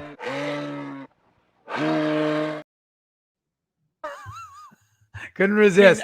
I didn't know why you were pretending to resist to begin with. That was the part that I didn't quite understand. No, I mean, I think there's no question about it. They're going to get a chance. Look, Lucius was having a really good start to his year with Portland, not start to his season, but start to his junior career in Portland. He was ripping it up. And of course, Lambert was as well with Seattle. Lucius, big question mark, of course, is staying healthy. That's going to be critical. But I mean, he is a goal scorer. He's got a good knack for the net. And Lambert, again, his move to center, Craig Eisinger said it to us at the end of the season moves roundtable. They wouldn't have anticipated that his move to center would have been as smooth as it was as when they did it in junior. So we'll see if they give him a shot at center up the middle. Like I detailed earlier, 10 Jets prospects could be playing for the Moose this season. So there's going to be a lot of excitement to watch the Manitoba Moose hockey. And of course, you're going to cover it here with us on illegalcurve.com and of course our YouTube channel. Yeah, and I agree with Dave. I think both Lucius and Lambert will play for the Moose, and I believe Lucius isn't eligible to play in the WHL. I might be wrong about that. He's 20 years old, right? He was drafted a year earlier than Lambert, right, Dave? So unless you give me a signal, I think that it's either NHL or AHL for Lucius, is it not? I honestly, off the top of my head, I'm not even sure the rule right now. Like I'm not certain as to whether. I'd have to look to see if he might be 21. So yeah, I think would he be an overager? Right, yeah, I think he's right. But I mean, regardless, look. The fact of the matter is, they wanted to give him a shot. Just saying, like Lambert could play for Seattle, That's right? right. Like he's eligible for sure to play for Seattle. But Lucius, and so I don't see Lucius for that reason alone, right? There's not really many options, right? And I think because he's been injured so much, you're right. I think this is a big year for him. We've seen much more out of Lambert, who's a year younger, with everything that he's done, right? With Seattle on the playoff run and everything like that. And you're right, Dave, with all those other prospects, we've talked about Daniel Torgerson, Henry Niekkonen. I mean, Ville Heinola most likely is going to play the most of the year with the Moose. So it's going to be a young team. And a lot of these guys, or I should say, at least half of these guys are going to be NHLers in the next couple of years. Yeah, and like I thought with Lucius, he's an overager, so he would be allowed to play one more year in the CHL. But sorry, go ahead, Dave. No, I'm done. Go ahead. Well, that's what I was saying, is that Dave and I talked about this earlier on the show, is that that next wave of Jets young prospects is right on the cusp, assuming their development path continues, that they are getting close to, trying to be able to crack into that Winnipeg Jets lineup. Sure, they probably need another year of seasoning, but it's not too far away that the guys who've been recently drafted are very close to coming and trying to be key members of this team moving forward. So that is going to be something very interesting to keep an eye on with regard to the Manitoba Moose this year, which of course Dave will have covered and will have covered in its entirety. It's on illegalcurve.com, and it'll be, of course, here regularly with the Minuk Moose Minute on the Illegal Curve post-game show, and interviews, of course, every Saturday on the Illegal Curve Hockey Show. Boys, I'm going to have to leave just before the show wraps up here. Naomi just texted me that I have to make lunch for the kids. So I just want to thank everybody who's watching live or on the replay. Thanks for sticking with us on the Saturday show and all the post-game shows. I'm sure, Drew and Dave are going to be more eloquent in their thank yous at the end of the show. But I just want to thank everybody for watching whenever you watched, however you watched. And, we're looking forward to getting the 23-24 season underway in September. So I'm going to go make my kids lunch, and thank you. And there he goes. A goodbye from Ezra Ginsburg there. Perfect ending to his cameo performance. No, come on. I'm still here. That was mean, Drew. It was pretty funny. It was pretty good comedic timing. That's what that was. That was pretty good comedic timing in my humble. Have a good rest of the show, boys. Bye, later. Peace. Bye. There he goes, Ezra Ginsburg making a cameo appearance on this morning's pretty long cameo. season, Cameo without having to pay for Cameo. Season finale. That's what we should do. We should put ourselves on Cameo just and see how for a grand total of $0.00. We will send you a recorded message. We'll do it for no cost. Yeah, we'll do a no cost Cameo appearance here. So if you want to confuse any of your family members with birthday greetings from any of us at Illegal Curve, just send us a message and we'll be sure to give them that lump of coal in their birthday stocking. If I can mix the metaphors a little bit as we wrap up this edition of the Illegal Curve Hockey Show, as he mentioned, and we do this show because we have fun with it. But really, this show is all about you and your support and your continued listenership and your continued viewership and the chat and just the opportunities we've had getting together, getting to know some of you, those of us that we've met in person and those of you that we know virtually through this format. We are always indebted to your loyalty and your willingness to put up with our nonsense, because frankly, a lot of it is nonsense. There's elements of hockey analysis sprinkled in every now and then, but a lot of it is nonsense. And we do thank you so much for putting up with us and engaging with us and embracing us as you have for so many years here on the Illegal Curve Hockey Show. And then, of course, on the Illegal Curve post-game show. Before I wrap, Dave, you can give your little final message, and then I will do our final goodbyes for the next 5 weeks. Yeah, no, I mean, I'll just reiterate the points Drew made, because I do appreciate the support you provide us, whether it's in the chat. And even if you're not, if you're watching the show and you're not chatting, that's significant. I know people have added, even though they don't want to participate necessarily in the discussion, they add a YouTube account because they know that, subscribing helps us, builds this channel. And that's what we're trying to do, is continue to build this channel. So we appreciate that. And we don't take for granted the fact that you do choose to spend your Saturday mornings with us, or after every single Jets game with us, or our random pop-up shows, or 4 hours with us on the draft show, or like I said, and the day before with Drew and I for an hour and a half doing the breakdown of a trade breakdown show. So we don't take that for granted. We appreciate each and every one of you and the fact that you guys do that. And like I said, it really has been a pleasure getting to know folks in a more significant fashion, seeing people at the Kenny and Rennie party, getting a chance to drop off the gear. I'm 99% done. There are still a few outstanding. As I said to PG, don't worry, you're going to be getting yours next week. In fact, I think PG's is right near my office, so there's really no excuse for PG if I recall correctly. But regardless, it has been fantastic to get to know everyone. And like I said, we appreciate everything you do for us. The one other thing I will ask, if you can, throughout the course of the year, if you're listening on podcast right now, or if you're listening live on the show, if you get a chance, go. I think Jet Oil Tom is the last, who's actually coincidentally was the last comment, but I think Jet Oil Tom is the last person who wrote a review of Illegal Curve. So hopefully we can get a few others of you. Go just when you're in your iPhone, go on the podcast, leave a comment, and that helps us out as well. Helps folks find us. Look, we've got a very good podcast in terms of Canadian hockey content. We're always up there, and that's because of you folks. So, it's my long way of saying thank you. I hope everyone has a great summer. And again, if you see me out and about, whether it's in Gimli or in Riding Mountain or anywhere in our fantastic province, please come say hello. I love talking to folks. So that will be what I'm looking forward to over the next 5 weeks. And then, of course, back here September 9th, bigger, better. And again, one of the things Drew's alluded to, but there'll be some changes for next year. We'll hopefully have an even better product for all of you, and some new additions to the post-game show that we're hoping will really hit home and make it a lot of a better, well, it'll be more of Drew and I, but more of a better experience for you as a watcher. So we appreciate everything you guys bring us. And I just want to say thanks. Holy rambling soliloquy from Minuk. Oh, I'm sorry. I didn't speak for the last 25 minutes, Mindell, like you, for God's sake. So yes, I was allowed to ramble. I say it with love, and that's the love that we have for all of you. Thanks, everyone, for joining us. If it's Saturday, it's the Illegal Curve Hockey Show. We'll see you on Saturday, September the 9th. IllegalCurve.com will keep on rolling all August long.